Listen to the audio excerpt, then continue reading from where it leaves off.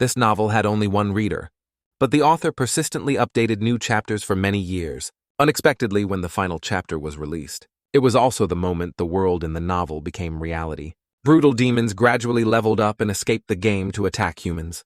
Because of this, Kim Dokja became the only person who knew the end of this world. At this moment, the phone screen displayed 3 ways to survive in a ruined world. There are 3 ways to survive in a ruined world. I've forgotten a few of them now. But there's one thing I can confirm. If you have read these lines, you will survive. 3 ways to survive in a ruined world has ended. He sat with everyone on the train, staring intently at his phone and thinking, my hobby is reading novels on the subway after work. But today was a little different from a normal day. Suddenly, a girl's voice rang out threateningly. If you keep that up, you're going to crawl right into your phone. Which made him so surprised his eyes widened. He looked up at the girl opposite him. Seeing the beautiful girl in front of him, he immediately thought of a name Yu Sanga from the HR department. He was startled and hurriedly greeted her. Ah, hello, miss. She gently asked, are you off work now? He also quickly replied, yes, are you too? Miss Sanga. She gently sat down next to him and said, I'm so lucky today. The department head is on a business trip, causing him to quickly lean away slightly. A few strands of her hair brushing past his face made him pleasantly surprised. I met Yu Sanga, the most popular person at the company, on the subway. Something smells so good. Looking at the lovely girl in front of him, he inquired, do you usually take the subway? He thought curiously, from the HR representative to Manager Han of the finance department. Whenever it's time to go home, the male employees line up to take Sanga home. She looked down, a hint of sadness on her face, and explained dejectedly, well, the thing is, someone stole my bicycle. Hearing her reply, he was stunned and asked, you ride a bicycle to work? She continued to sit there and sighed. Lately, I've had to work overtime, so I don't have much time to exercise, and there have been some troubles, so I just decided to. She turned to him and smiled gently. Seeing this smile, he vaguely understood a little and thought, seeing her this close, I can somewhat understand why the guys fall head over heels for this woman. But then he pushed it all aside and thought, but it has nothing to do with me. Yusanga and I are completely different kinds of people. But I have to make it clear. Now, the reason my commute home is different from usual is not because I met Yusanga. Suddenly she said Buterbusuta rumetinero, making him turn to her in confusion. Huh. She quickly looked at her phone and explained, it's Spanish. It means, lend me some money. He held his phone and looked at the girl beside him in astonishment. Studying on the subway after work, she's truly a different kind of person from me. I wonder where she plans to use that sentence. Hearing her response, he smiled brightly and praised her. You're so hard-working. She also eagerly leaned over to peek at his phone and asked, so what are you watching so intently? Mr. Dokja. He quickly raised his hand to block her view. He was about to reply, I, when his phone screen showed, The World After the Fall, author Sing Shong. She asked with interest, is it a novel? He quickly answered. Her eyes lit up like excited stars. Ah, or should I say, studying Korean. Wow, I love novels too. Murakami Haruki and also Raymond Carver. It seems I made a mistake. Which author do you like, Mr. Dokja? Seeing this, he broke out in a nervous sweat and thought, even if I told you, you probably wouldn't know, haha. Even if it kills me, I can't say I'm reading Sing Shong's The World After the Fall.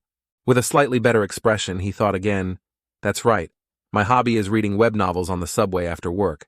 He looked at the phone screen displaying 3 ways to survive in a ruined world, or to put it briefly, the survival novel, he briefly thought. Even though it might be a bit embarrassing to tell others, the reason today is different from the recent string of days is the fantasy novel I've been reading every day for the past 10 years. Apocalypse will end today.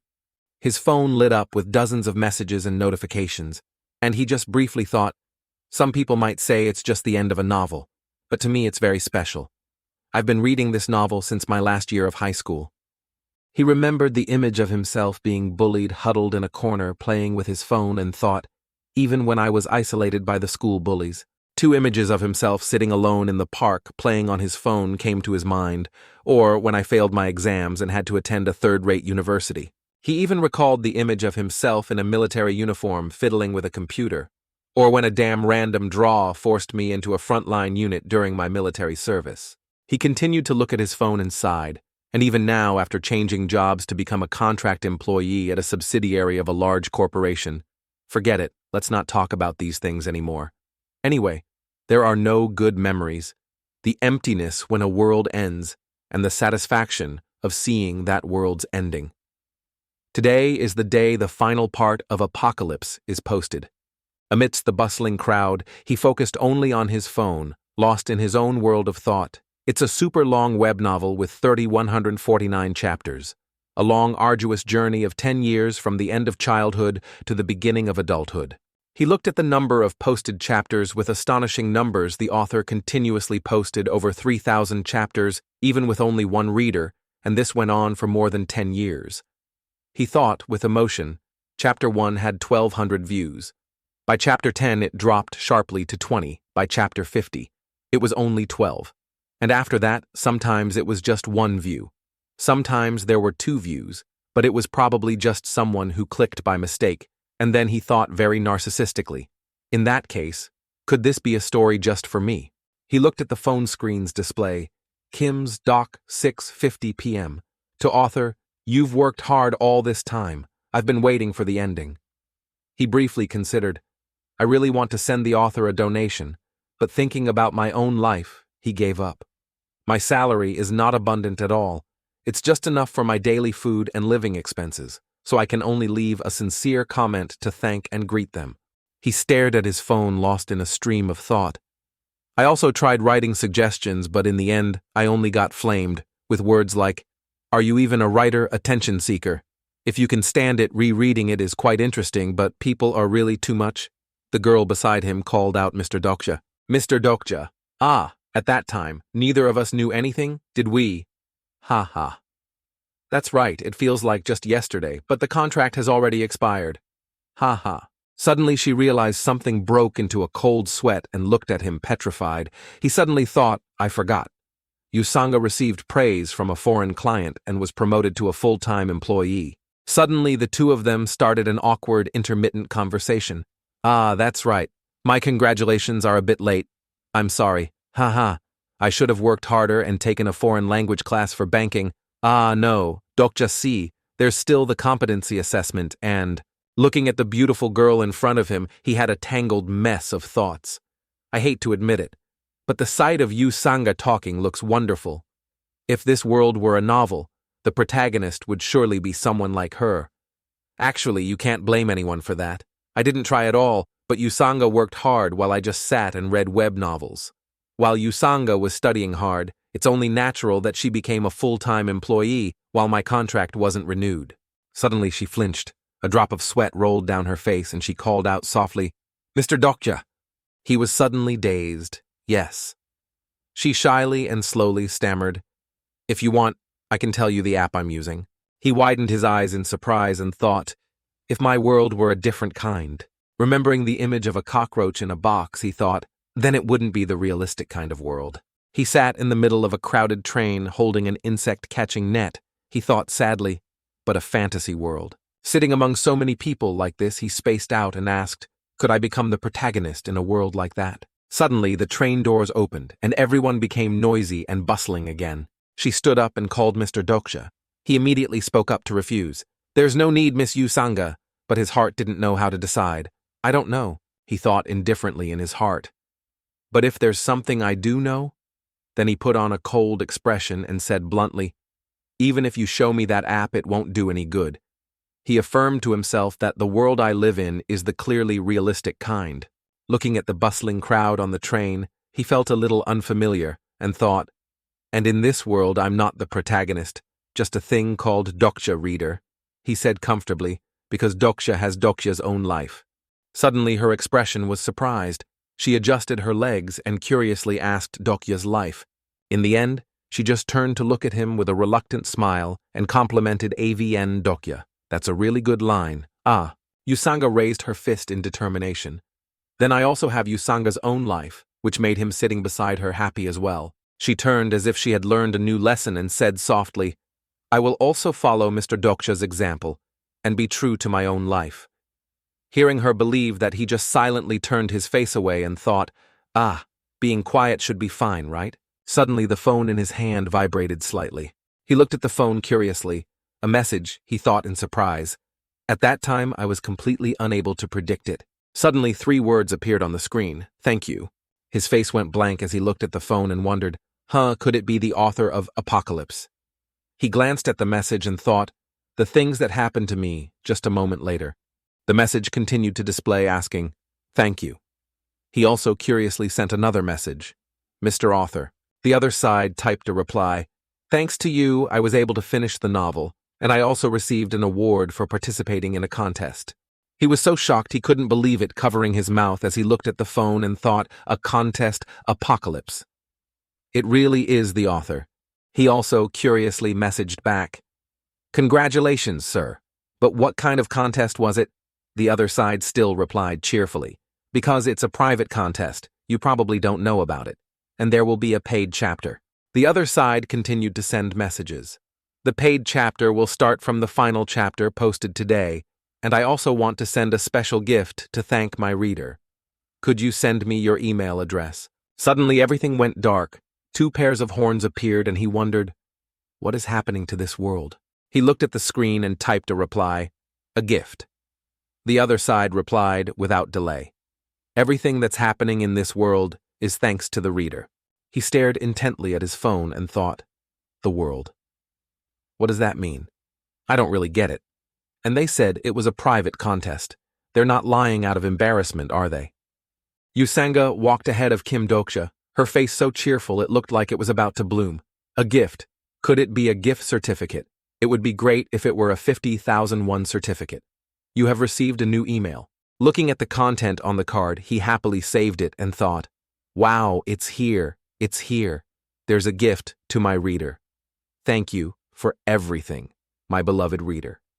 After 7 p.m. today, it will become a paid service. This will help you stay healthy. From 7 o'clock, it's 6:55 now. So there are only 5 minutes left, right? He rubbed his chin and looked at the phone intently, thinking, I'm on the list of favorite authors, huh? Suddenly, the series he was reading disappeared and the screen displayed, the work you are looking for does not exist. He thought in disbelief. That's so weird. They're starting to charge without announcing it on the forums, and then just deleting the story. On the train, the crowd of people was still hurriedly jostling for a place to sit and rest. Suddenly, Yusanga sitting next to him noticed something was wrong and asked, what's wrong? Suddenly, the engine made a screeching sound. Yusanga covered her eyes and screamed loudly, What was that? The train kept hurtling forward. At this moment, someone bared their teeth and asked a terrorist attack. Everyone on the train was no better off. Suddenly, a pale white mouth appeared, and the high-speed train came to a stop. Inside the train, everyone was in a state of chaos. He asked the girl sitting next to him, Yusanga, are you okay? She anxiously grabbed his arm and asked, What's happening? Yes. What's going on? He comforted her gently. Don't worry, it's probably nothing. The clock showed 6:59 p.m. and then 7:00 p.m. He was briefly surprised and thought, what a coincidence. I looked at the clock at that exact moment. He vaguely remembered 7 p.m. paid service. Suddenly, the station staff's voice rang out, Attention, all passengers on the train, all of you run now. A shocked Yusanga called out to him, Mr. Doksha, what is this? Suddenly his expression shifted, his eyes sharp. A large crack appeared ahead. He lightly shielded his eyes and looked up. He and everyone else on the train were utterly astonished as a system voice rang out, The free service of our planet system. 8612 has ended. We will now begin the main scenario. It was the moment I changed the genre of my life. It's that goblin. When that creature first appeared, someone shouted that, and everyone there, not just him, was shocked by the scene unfolding. They were frozen for a long time until their brains connected with their limbs, and only then did they realize the dangerous situation for themselves and their fellow humans. A thought suddenly flashed. In his shock, Dokya thought to himself, I don't know why that sentence suddenly popped into my head. The subway stopped abruptly, and the train car lost power. Could it be? The subway just stopped suddenly, something that happens often. Even so, he tried to calm himself by thinking as positively as possible, but his anxiety grew stronger. Two conflicting lines of thought existed in his mind. One was optimistic, and the other was about the thing that had suddenly appeared. The familiar opening of the novel kept replaying in my head. But this is impossible. How could this possibly happen? As his reasoning leaned towards atheism taking precedence, Usanga suddenly cried out in terror. A goblin. Huh. Thinking he was lost in a tangle of thoughts, he figured he must have misheard. He dazedly turned his head to look at her. But the misfortune had arrived. Not only her, but others on the train had also seen the strange phenomenon. He silently prayed for something he knew was impossible as he turned around. His mind was steadfast in the belief that impossible things, when thought of in a conventional way, certainly cannot happen. The words from the novel ran wild in his head. 2 small horns with 2 small horns and a cloak. That hairy and bizarre creature floated weightlessly in the air. It was too grotesque to be called a fairy, too malevolent to be called an angel, but also too quiet to be called a demon. Because what was before his eyes was now reality, everything else was an illusion. The truth was laid out before him, he couldn't help but believe it. Look, someone called out, drawing everyone's attention on the train towards the direction where a floating halo had appeared. Everyone was chattering noisily. What is that? She cowered back in fear. As the strange figure became clear, he thought desperately.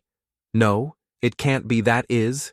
The goblin monster had appeared, and it perfectly matched the description in that novel. At that moment, he realized with shock a profound philosophy that was the moment when fantasy and reality intertwined. As soon as it appeared, it babbled in a strange language, making it difficult for anyone to understand what was being said. However, it seemed to be unaware that it hadn't used its translation bread to communicate with humans. Yet, in general, everything it was currently lecturing about was proving to be useless. A few people couldn't contain their curiosity and asked, "What is it saying?" While the female students huddled together anxiously, the male students seemed very interested in the current strange sight and were content with their own bravery. Some brazenly used their phones to record the memorable moment. Is it virtual reality? Besides that, there were also some other comments as soon as they saw its monstrous appearance. For example, "It's so ugly." Looking around the area, he thought blankly. But besides me, is there anyone else who knows the meaning of this moment? At the same time, like a normal young man, he was also very interested in this novel adventure. That thing is a standard goblin. Although his heart had already leaned to one side in an era where theology was in decline and science reigned supreme, something like this was too difficult to explain. His thoughts were in turmoil between the 1,000-chapter novel Ways of Survival. The prelude to the long tragedy in the book, 3 Ways to Survive in a Ruined World, has been opened. And the refutation of this idealistic argument, but no, that can't be possible? Really? At the same time, he couldn't deny the reality that it was that very goblin. He was so flustered that the hand holding his phone trembled incessantly. Just then, Usanga inquired, "Why does that sound so much like Spanish? I'll try talking to it." Her bold words scared the living daylights out of him. "Do you even know what that is? Are you planning to ask it for money or something?" She hesitated for a moment. "No, not at all." Suddenly, can everyone hear me? Seriously, the Korean language pack is bugged. What a pain. Everyone can. You all hear me clearly. It yelled. Because of this pre-show hiccup, people started to lose their patience. One fearless guy yelled out, "Hey, what are you trying to do?" What it asked blankly. And so he was scorned by the guy who hated time wasters. "Are you filming? Happy entertainment. Has a job for me, so I need to go quickly." It naively understood in its own way and answered, an audition. "That's right. This is the audition right now. Ha ha ha." So the data investigation was flawed. I told them to start charging at 7 p.m., but I still have to remind these guys. The annoyed man said, "What are you talking about?" Although there were some communication issues between the two sides, the dokebi's purpose was still logically achieved. Now, everyone. Calm down, sit in your seats, and listen to me. From now on, I have to convey important information to all of you. Seeing its gentle demeanor, the people pressed their advantage. What is this? Make the train move already? What do you think you're doing without the people's consent? How are you going to compensate for the damages? A little girl innocently asked Mommy, what is that? Is it a comic book? Watching the chaotic arguing crowd, he became more convinced that the world of the novel had arrived here. It's not wrong at all. This is the exact development I've read about. I have to stop it. But how? So he called out seriously. Sang don't move. His unusual action left her a bit stunned, huh? And then the dokebi became completely furious. Ha ha ha, so noisy. I told you all to be quiet. Do you think I'm joking with you? And so the instigator could only utter his last word, huh? Blood dripped and splattered everywhere. Everyone stared in shock at the young man who was right in front of them a second ago. A moment later, he was at death's door. It bared its teeth in a grotesque smile. This isn't a movie shoot, nor is it a dream. As it spoke, it began its massacre. If the first guy was to make an example, the following ones were purely to satisfy its bloodlust. The train car was gradually stained red. Since they wouldn't listen to reason, the dokebi had to issue a punishment as a deterrent. It continued. This is not a novel, nor is it the reality you once knew. Do you understand? He frowned silently, acknowledging, that's right, this is real. The feeling that this wasn't the reality he had felt in his chest. Now I've completely awakened upon seeing the train car submerged in a sea of blood. The dokebi's voice grew more and more demonic. You've all been living a wonderful life until now, haven't you? Ever since you were born, you haven't had to pay for anything yet. You eat well, sleep soundly and maintain regular hygiene, and you even have children. Getting to live in a wonderful world without working. But that wonderful time must now end. Nothing is free forever, right? It became demonic. Though his limbs were trembling, Han Mayong still asked boldly, because this could very well be his path to survival. Now everyone was aware of the imminent danger. No one failed to step back and prepare crude weapons for themselves. Anxiety was clear on their faces. Suddenly, do you perhaps want money?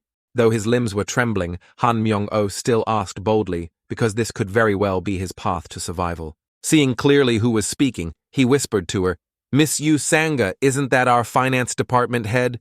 Someone who knows the company director, huh? Yeah, she replied.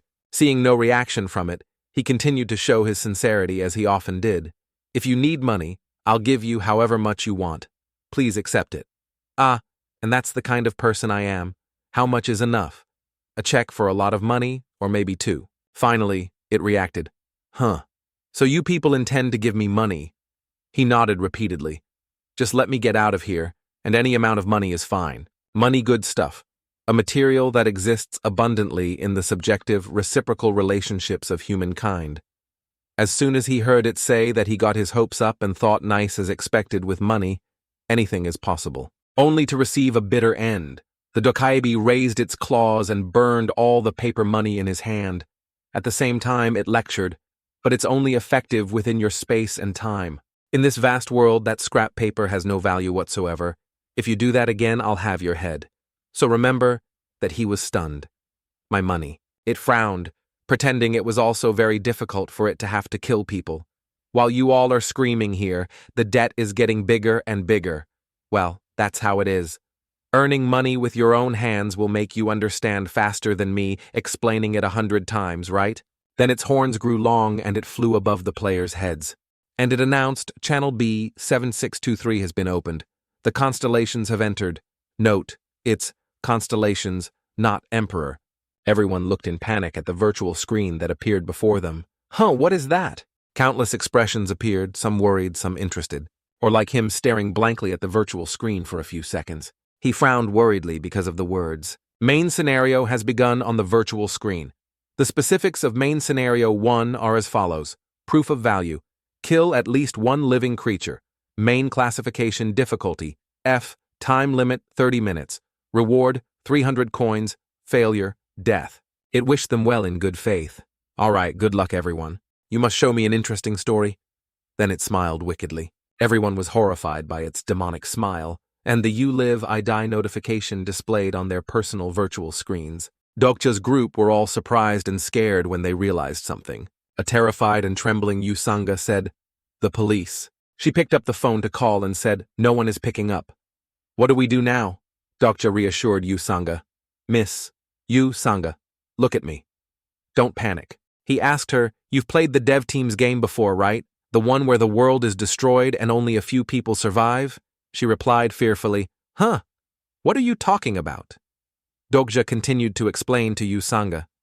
Think of it this way. He held her shoulders firmly and said, Right now, we are in that game. She replied, confused, a game. He answered, That's right. And every game has rules. We just need to follow the rules. Dokja asked, wonderingly, But what are the rules? He yelled in her face, That's what we need to figure out right now. Both of them realized something up ahead and stared at it in astonishment. Its body was white, and the Dokaebi's two horns suddenly grew long. Dokja realized the train car was surrounded by corpses lying everywhere. In addition, those who were still alive were panicking and terrified, and the old woman was muttering prayers in despair. He concluded, There's no doubt anymore, the recent events have proven it. Dokja stated that his thoughts were correct as the people around him yelled loudly, Someone please open this damn door. A voice replied, Try hitting it with a hammer. He guessed, The only thing I know for sure right now is, he thought about the Ways of Survival novel he had been grinding through for the past 10 years. The information appeared on the screen, 3 ways to survive in a ruined world. Dokja thought to himself, It has become reality. I am now present in its world. He tried to remember, think Dokja find a way. What do I need to do to survive? In this world, the system updated main scenario 1. Proof of value. Take 1 or more lives. Main category. Difficulty. F time limit, 30 minutes. Reward, 300 gold failure death. A loud shout erupted among everyone. Everyone, let's calm down. That voice urged everyone on. Take a deep breath and stop everything you're doing. Lee Hyunsong reassured everyone. Is that all right? Please listen to me for a moment. He stated, if you all watch the news regularly, you would know that in national disasters, if we panic and act rashly, it will endanger everyone. So if no one objects, I will temporarily become the leader to control the situation. The crowd around him clamored. Someone said, who are you? Another said national disaster. Are you kidding me? One of them said, my brain is exploding.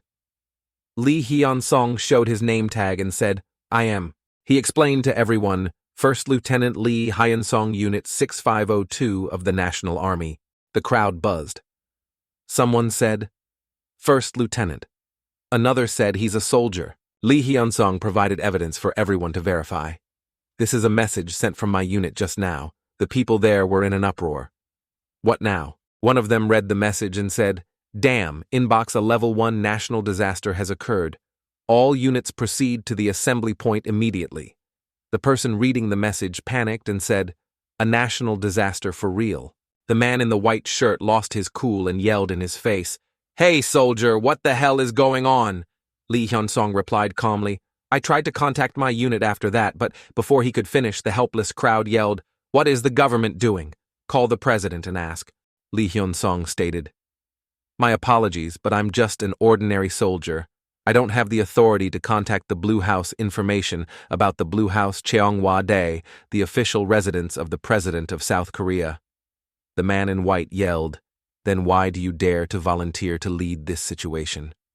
He looked at the chaos unfolding before him and thought, a national disaster with this situation that makes sense. Dokja thought, but what surprises me here is, he said to everyone. For everyone's safety, he thought to himself, First Lieutenant Lee Hyun-song. He looked at Lee Hyun-song and realized, I know him. Although this is the first time we've met, I remember that name very clearly. Information about Lee Hyun-song's steel sword. Lee Hyun-song. First Lieutenant of the Korean Army. Dokja realized he was one of the important supporting characters in Ways of Survival. He thought to himself, a character from the novel has appeared too. His voice and appearance are exactly as described. He suddenly pondered, but Dokja was suspicious. Was Lee Hyun-song introduced like this in the novel? He thought, from what I remember.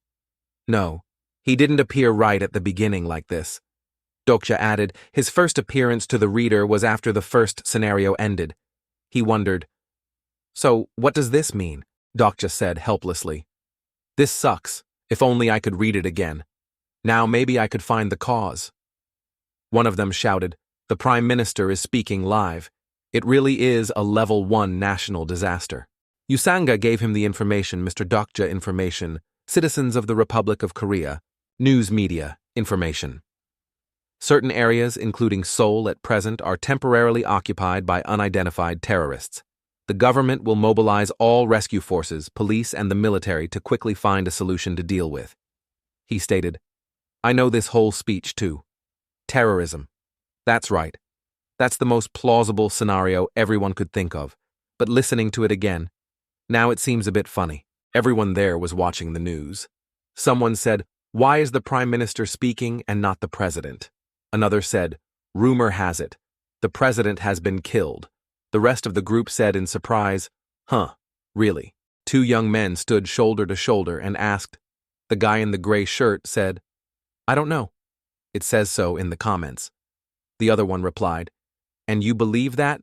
It's just chaos. Dokja replied, no, it's true, my friend. And soon, suddenly there was a sound. Bang, bang, bang.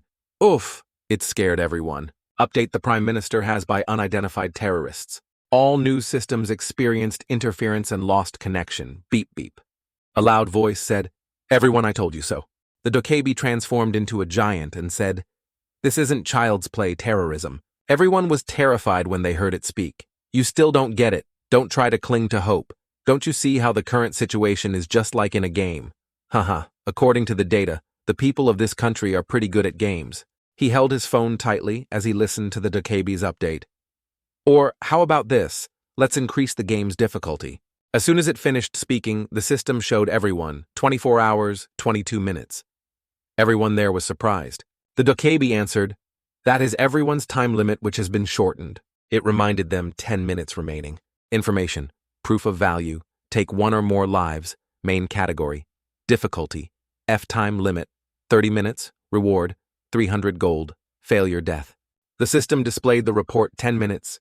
The Dokkaebi updated the information. A new rule has been added. If no one starts killing within the next 5 minutes, 9 minutes, 59 seconds, everyone will die. The crowd, upon hearing that information, panicked and shouted, huh, what now? Are you kidding me? The guy in the brown suit yelled at him. You heard what it said, right? The short-haired girl lost her composure and asked, Mr. Soldier, what do we do now? Won't the police save me? Lee. Hyunsung reassured them. Everyone take it easy. Don't let it provoke you.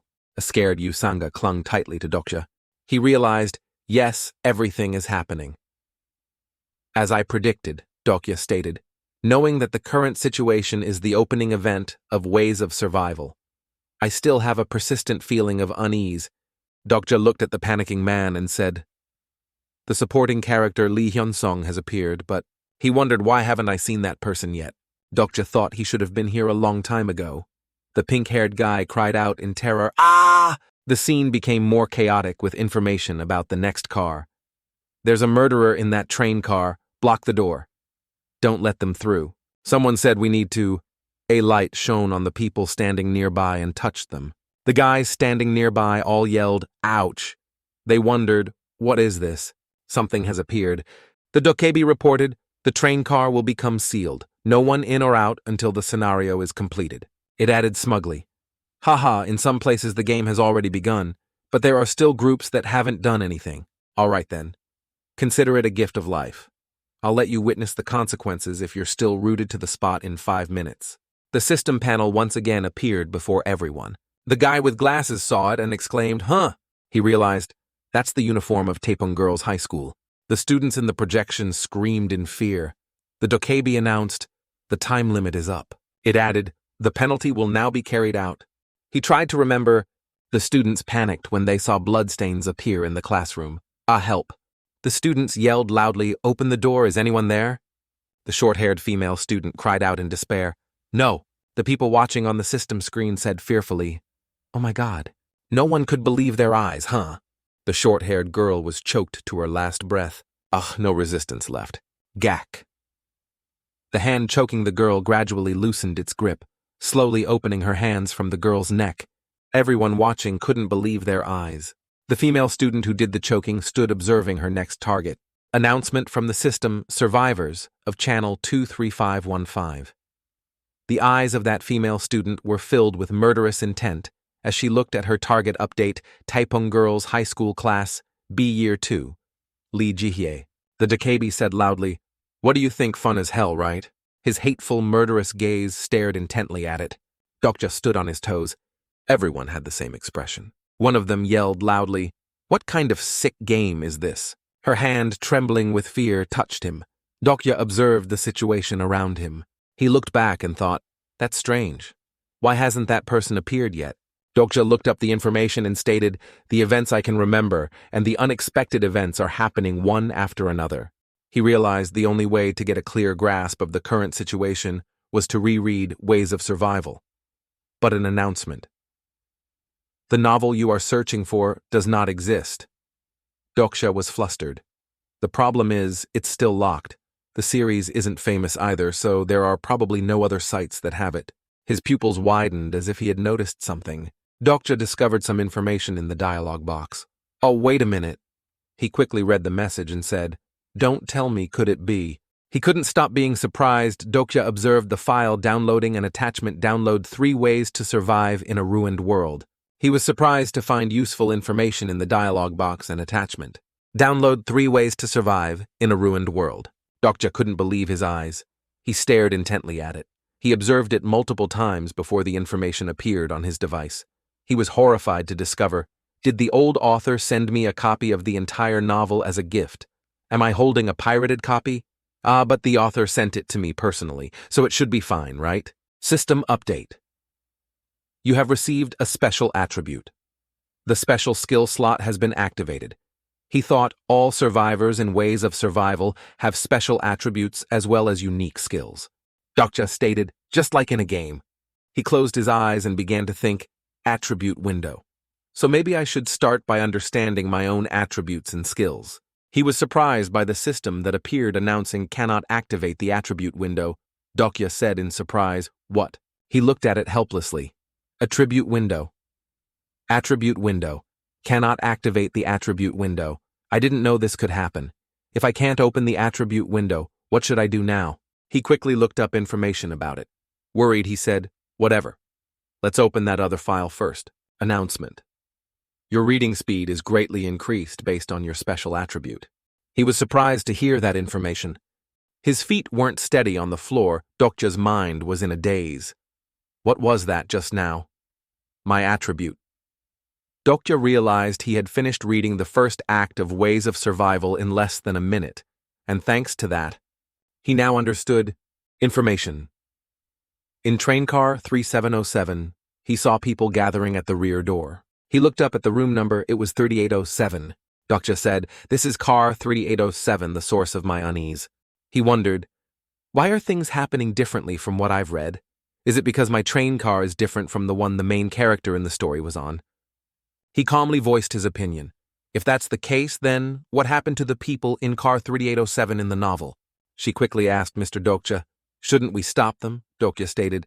Through the blood-smeared glass window of car 3807, he learned more. The adjacent train car was also the scene of a bloody massacre, and only 2 survivors remained. One guy who was caught said, "Hey, who said you could run? Don't make me feel guilty." That guy begged, "Please spare me, I need to." Kim Nam-woon told him to stop whimpering. He struck mercilessly, sending the guy rolling on the floor. He realized, and I also know who those 2 are. Kim Nam-woon yelled, "I told you to shut up." Dokja looked at him suspiciously and thought to himself, "I told you to shut up." He hurriedly sent a message. "It's highly likely Miss Sangha will die. Only 2 people will survive. Other than that, everyone will die." A loud voice called out, "What are you doing?" Han Myung-oh quickly intervened and said, "That's an old woman. Have you thrown your morals to the dogs?" He recognized him as director Han Myung-oh. Kim Nam-woon exclaimed in surprise, "Huh," he yelled loudly. "Do you want to die, old man?" A surprised Han Myung-oh replied, what it answered. "Are you slow? You still don't understand the situation," he yelled in its face. "Who are you mouthing off to, you little punk?" It pointed at him and said, "Don't tell me you're stupid." The Dokkaebi appeared. "Save me. Ouch, you all die." Kim Nam-woon said, "No army is coming to save us." He added, "And if you want to live, you'll have to follow the rules." The other guy begged, Please spare me. I'm a very virtuous person, he yelled. Shut your damn mouth. You, Kim Nam-woon said. You're saying, he said fiercely, we have to kill. He stated, I know your type, old man. Only inhumane scum kill others to live. Kim Nam-woon thought, your thinking isn't wrong, but it's not suitable for this time. Kim Nam-woon confidently stated, the law is gone. Only life and death remain. I want to live and will do anything to survive. Think carefully. Who has the time to judge me as cruel and wicked? We are in a new world. When in Rome, do as the Romans do. That's it. Dokja realized Kim Nam-woon, a young man who has quickly adapted to the rules of this new world. He added the decisiveness in his actions. It said fiercely, how long are you all going to stand there and watch? Do you all want to die? Dokja stated, he has crushed the little humanity left within. Kim Nam-woon said, damn it, but he's right. He stood helplessly watching it wreak havoc. He stated, if no one is killed in the next 5 minutes, everyone will die. All eyes were staring at one spot, Dokja said. In the novel, there was a passage that left a strong initial impression on me. They all simultaneously became butchers, lunging to tear apart their prey. He added, because if they don't act, they might be the next corpses to permanently lose their lives here. Dokja thought to himself. And me. I just stand still and watch everything as if I'm rereading that passage one more time. He looked at the chaos ahead and said, I can only do this. In the novel, that nameless woman was also the first victim. If I try to change her fate, the future could also be changed, and the knowledge I've read in the novel will gradually become useless. Am I making the right choice or the wrong one, just standing by with my arms crossed? He gripped the phone in his hand, as if taking his anger out on it. She said discontentedly, at this rate she'll die. He stopped her. Don't act recklessly. Usanga replied, I know, but Dokja said you could get killed too. The two looked into each other's eyes. Dokja called her name Sanga. He thought to himself, even though this isn't the old world anymore, her personality is still the same selfless, kind, and good-hearted, Dokja stated. However, the person who can change the story is not you. You are not the main character of this world, Dokja said. Usanga, you stay right here, she replied in panic. Huh? But he interrupted her. Just listen to me. This one last time. I need you to trust me. He left decisively, leaving her to stand alone. Dokja encouraged himself.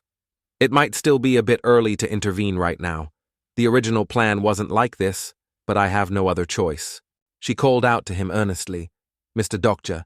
He thought I wasn't standing still just now because I was wary of Kim Nam-woon and the others. Dokja thought, it's also not because I agree with their inhumane actions. He hesitated to decide. Instead, I was waiting for a slim but incredibly important opportunity, and it's coming. A streak of golden light shot forward. He was resolute right now. Dokja rushed towards the group of assailants. Announcement. Proof of value. Kill 1 or more people. Main category. Difficulty. F time limit 30 minutes. Reward 300 gold. Failure. Death. Time remaining 7 minutes 32 seconds. Dokja gritted his teeth. Kim Nam-woon also froze at the chaotic situation before him. Taking the opportunity while he was off guard, he lunged forward like a moth to a flame, hitting him without missing a single shot. Kim Nam-woon got beaten up by him, sent flying a good distance and slammed hard against the wall. He screamed in terror. What the hell? The smoke was getting thicker and thicker. An enraged Kim Nam-woon yelled threateningly, Do you want to die too? Dokja calculated silently. At first glance, everyone would think I pushed Kim Nam-woon away to save the old woman, but that's only partially true. He glanced around, searching. Where is it? It must be somewhere around here. Meanwhile, Kim Nam-woon still wanted to physically attack the old woman. What are you guys doing? Keep hitting her. Kill her quickly. His eyes widened as if he had seen something. He noticed the box in a boy's hand over there. Without much thought, he approached and placed a hand on the boy's shoulder, causing the kid to look up blankly, not understanding what was happening. He said hurriedly, Let me borrow this for a second. Dokja mustered his courage and reached inside. He caught a bug and handed one back to the boy to hold. He didn't forget to add, Hold on to it, okay? Having said that, he turned towards the person attacking the old woman and shouted loudly, Everyone stop. Even if you kill that old woman, you won't survive. Their faces were now contorted. Hearing him say that everyone stopped, Dokja frowned, staring at the current scene which left him speechless. He bit his lip and thought, Good, everyone has stopped.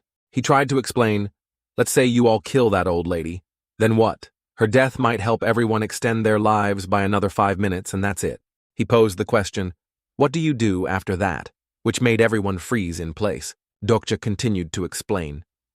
According to that, Dokaibi's words, everyone will have to kill another person themselves. Who will that person be? The person standing next to you. Everyone quickly had their thoughts cleared and moved away from the old woman. Kim Nam-woon smirked cynically. Ha, he said inhumanely, so what if that's the case? He continued sinisterly. We can just kill cowards like you next. No need to be afraid of losing your turn.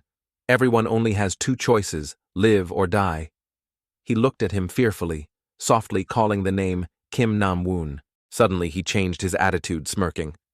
Right. I knew you would say that. He played on their psychology and said, there's no need to put yourselves in danger like that. There's still a way to survive without killing people. Everyone asked in amazement, huh? Are you serious? He slowly continued. Have you all forgotten? The condition to complete this scenario is not to kill one person. Kim Nam-woon stood to one side, grinding his teeth in fury. He then held up a cricket and said, but to take 1 or more lives. The atmosphere was silent for a moment. All eyes were on him. Looking at the animal in the box, someone noticed and shouted, insects. Their eyes began to fill with greed, their expressions twisting with malicious intent. He has insects. If I can get them, then I... The despair and aggression were aimed at the unlucky woman. Now they've changed their strategy, frantically attacking him. The target has now shifted to Dokja, but for some reason his heart was still beating with excitement. Despite the life-threatening situation, he bared his teeth in a sinister smile and thought, why am I gritting my teeth and smiling so triumphantly? He wondered, is this my true self? Red eyes, as if possessed by a demon, were eyeing the insects in his hand. He then forcefully crushed one, then threw the box into the air. Everyone yelled in anger, this lunatic. But at this moment, the system announced, you have achieved the first kill achievement. The reward for this achievement is 100 gold. Seeing this, the others yelled angrily. Find them quick, you bastard, just you wait, someone shouted joyfully. I found one, ouch. Dokja was sweating profusely, anxiously, staring at the announcement board. The time remaining is 3 minutes, 3 minutes, 12 seconds. Someone asked him annoyedly, hey, why did you do that? He glanced at the other person, Kim Nam-woon, who stood there scratching his head and asking, just give them a few bugs, and it'll be fine. Only then did he reveal, there are only 3 bugs left in the box, which made him widen his eyes in surprise and ask again, huh? Suddenly, he burst out laughing like a madman. Ha ha ha, so you threw the bugs away because not everyone can live anyway, he replied coldly. Yeah. He didn't stop continuing to laugh gleefully. Heh heh, so funny. Seeing this, he still stood there with a somber face looking at him without saying anything. He continued to mock. If you were a normal person, that reason wouldn't be nearly enough for you to throw those bugs away. Kim Nam-woon's face transformed into that of a demon. His eyes were also bloodshot as he asked excitedly, be honest.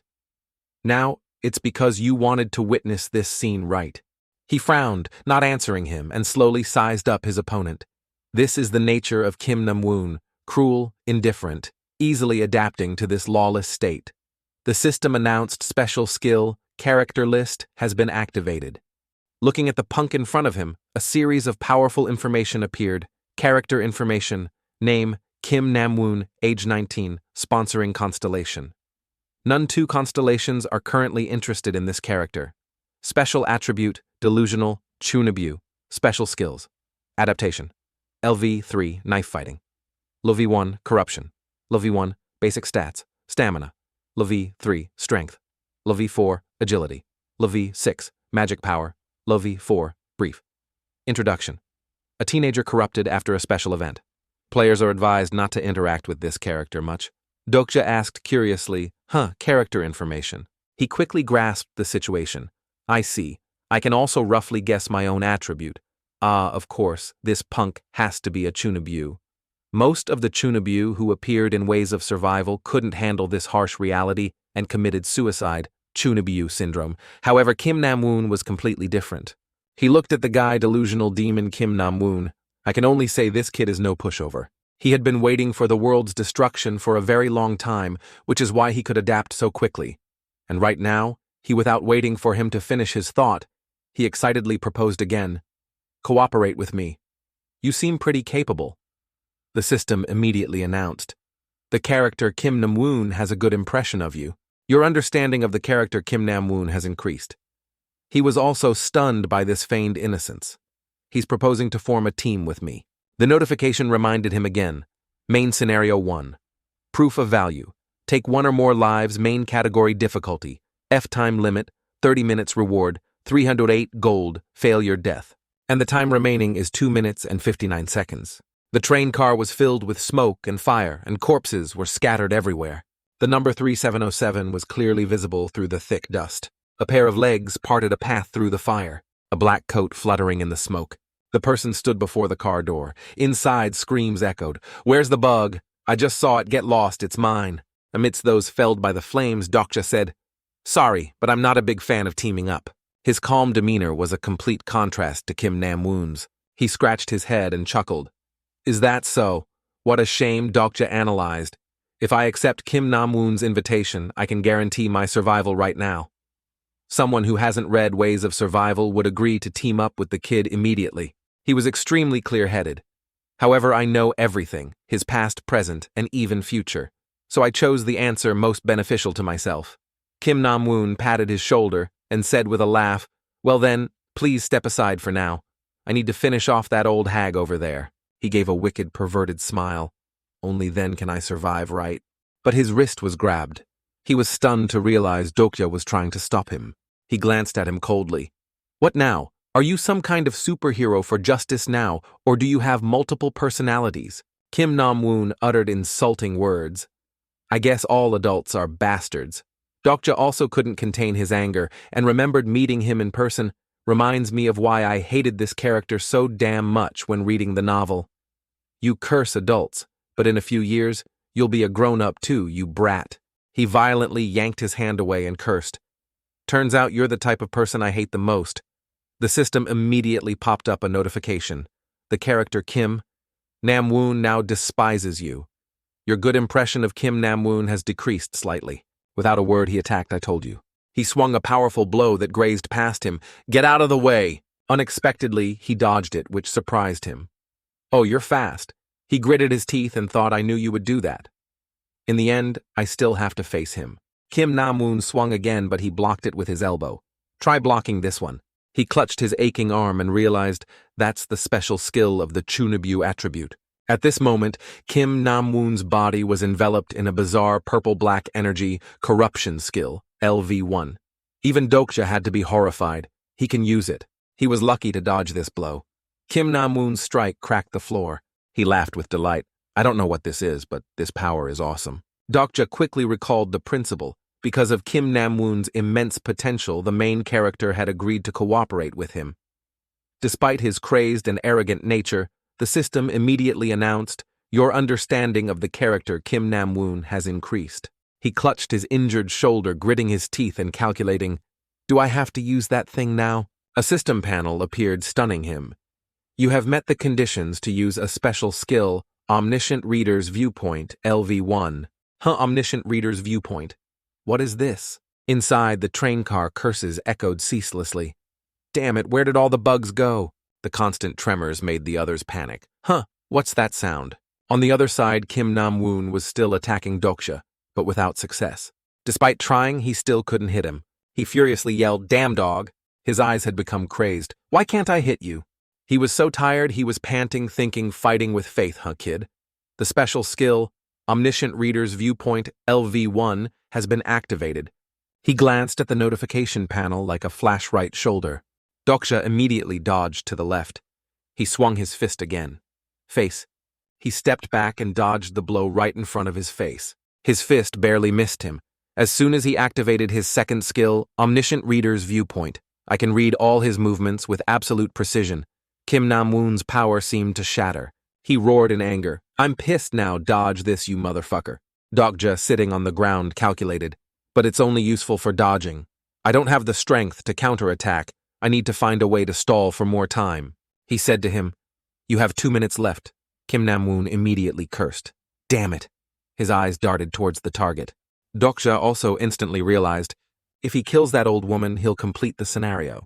He tried to reach out and protect the old woman. At all costs, I have to stop that from happening. Kim Nam-woon again smiled triumphantly and pulled a folding knife from his pocket. Do whatever you want. You're going to die anyway. As soon as he raised the knife, the skill also announced Information Knife, Fighting Skill, LV1. This knife directly grazed Dokja's shoulder. He was in so much pain that his face was covered in sweat. His wound was being corroded by Kim Nam-woon's power. Damn it, it hurts so much it feels like my flesh is burning. I forgot about a kid who always keeps a knife on him. The knife missed and embedded itself deep in the floor. Dokja took the opportunity to lift the old woman up. He trembled, taking step after step, wanting to escape. Death was chasing right behind him. He panted and continued walking. If I lose to Kim Nam-woon, I'll definitely die. The weak die, so the strong can live on. Such a simple rule, it's still true whether in this new world or on the old Earth. He remembered the days he was bullied. Humans have always trampled and torn apart those weaker than themselves, even during failures at work, but now it has become a matter of survival. If I want to survive, I must become strong. As he set the old woman down, Kim Nam-woon calmly approached with his knife. Hey, mister, you can't even breathe anymore. Just be good and die so I can live on, okay? His eyes were filled with determination and hesitation. He suddenly stood up and said words that made him freeze. Chungsil High School Year 2. Kim Nam-woon. Do you think an insect egg counts as a life? He was confused. Huh, what nonsense are you spouting? Did fear drive you crazy? He held something in his hand, gritted his teeth, and said, the answer is, they will die. He crushed the insect egg in his hand. Yes, the notification board kept popping up. The reward for the achievement is 189 gold. You have taken a life. The reward for the achievement is 100 gold. You have taken a life. The reward for the achievement is 100 gold. You have taken a life. You have taken a life. The reward for the achievement is 189 gold. You have taken a life. The reward for the achievement is 100 gold. Kim Nam-woon was still bewildered. Why should I care? He forcefully swung the knife at him. About that. The system announced right on time. Do you want to view the guide for using gold? His mind worked continuously. Skip use 2700 gold to increase stamina points. 2788 gold has been used to increase stamina points. Stamina LV1 to stamina LV10. Your stamina level has just skyrocketed. Your body's endurance has been greatly enhanced. Just as the knife was about to touch Dokja's heart, the impact with his body caused the knife to shatter. Kim Nam-woon was stunned. He quickly retreated. What the hell?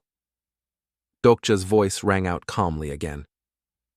During mating season, a grasshopper can lay up to 100 eggs at a time. Ah! His eyes turned cold. Today, the one who falls is not me but you. The screams still echoed behind him. Please, I still can't find it. The clock was about to run out of time, 0 minutes 57 seconds.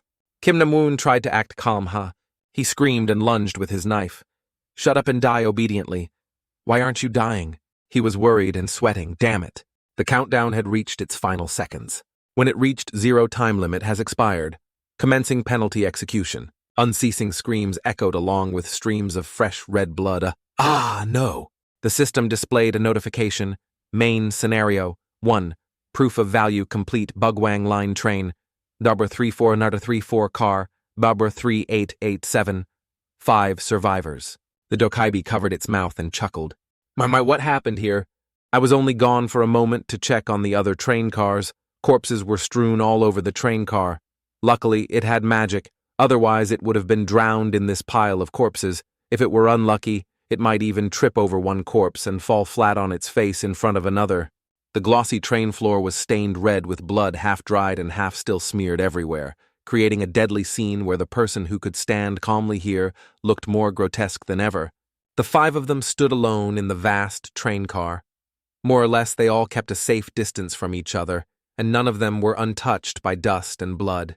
And the announcement rang out. The virtual screen, once thought to only exist in futuristic sci-fi movies, now appeared before each person once again. Main Scenario 1. Proof of value completed. Bugwang Line Train Number 3434 Car, 3807, 5 survivors. The survivors? First, there's Lee Hyun-song, who looks upright and gentle, but acted more ruthlessly and decisively than anyone. A born soldier indeed. If he wanted to, no one could escape, and after all that, he reverted to his usual compassionate demeanor. Next is the only female survivor of the old train car, Yu Sanga.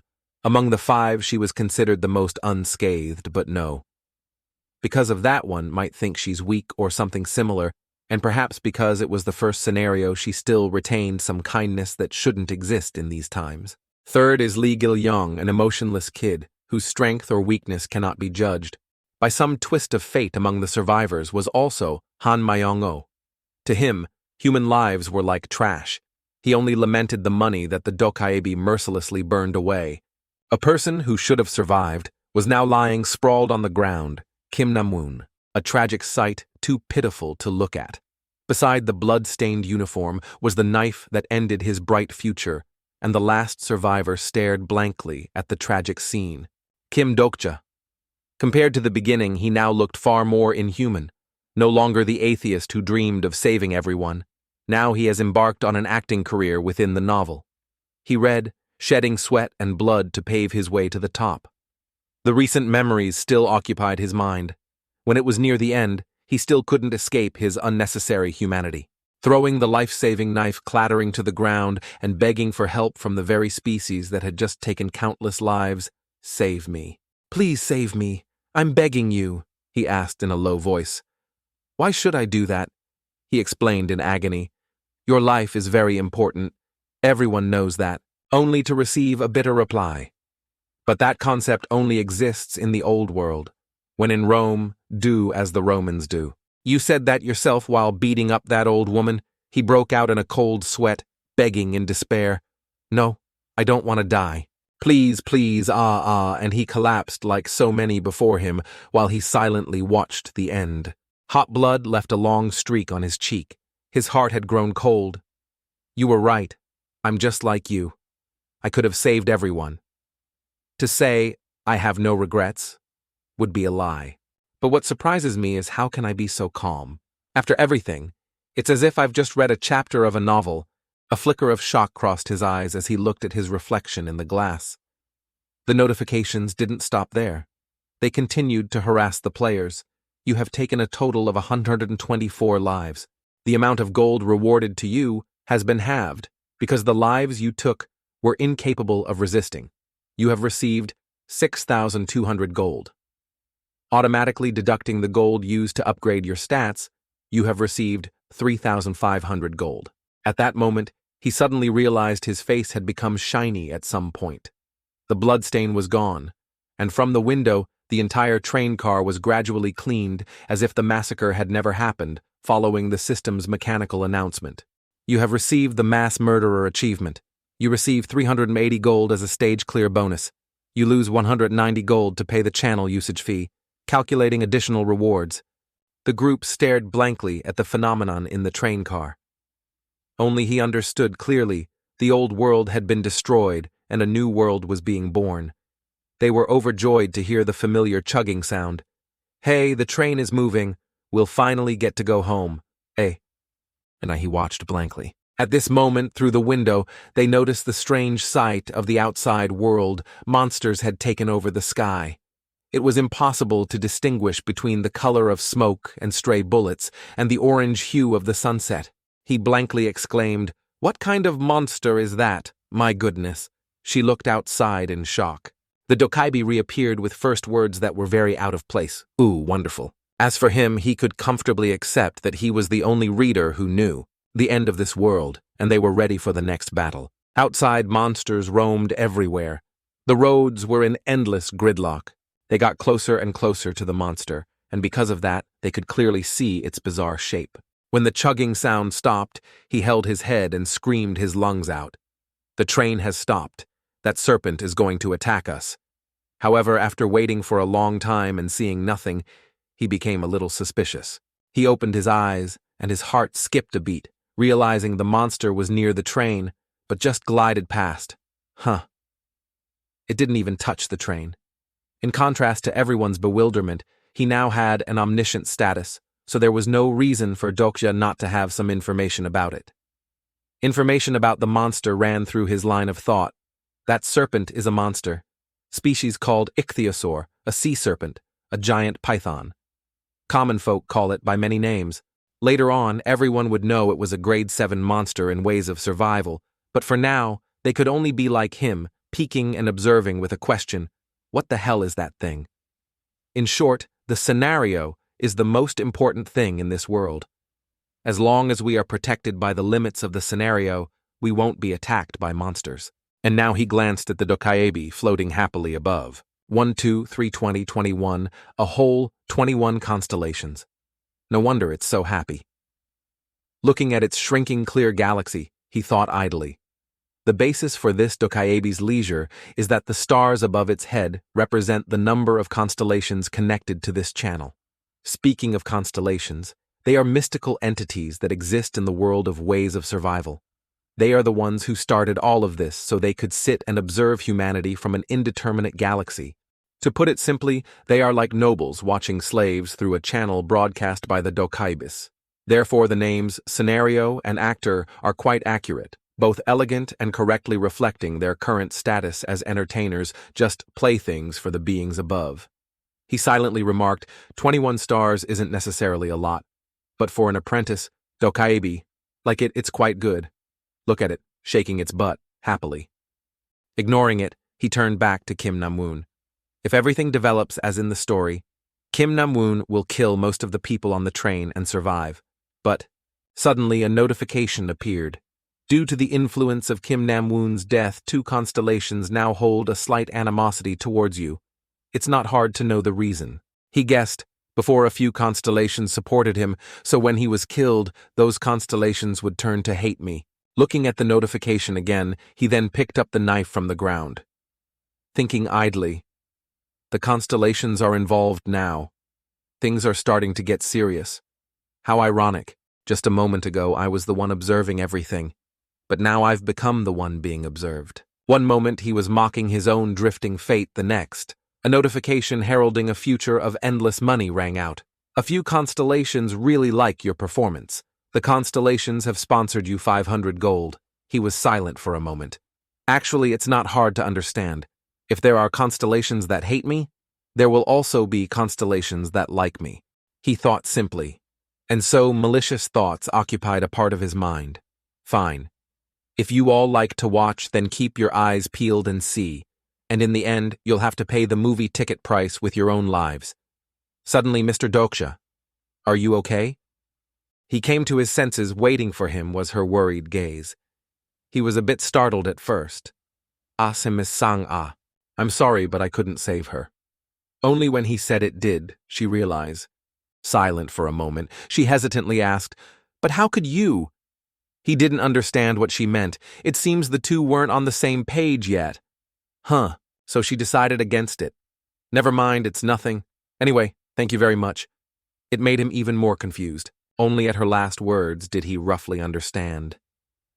She said, because you threw the bug cage in my direction, when she was still dazed and could only utter, huh. Once he understood, replying wasn't difficult. It was just a coincidence. There won't be a next time. He said one thing, hoping she would understand. 10. She fell silent, bowing her head. He resumed his thought process. She's smart enough to have survived the recent chaos, so she probably understands what I mean.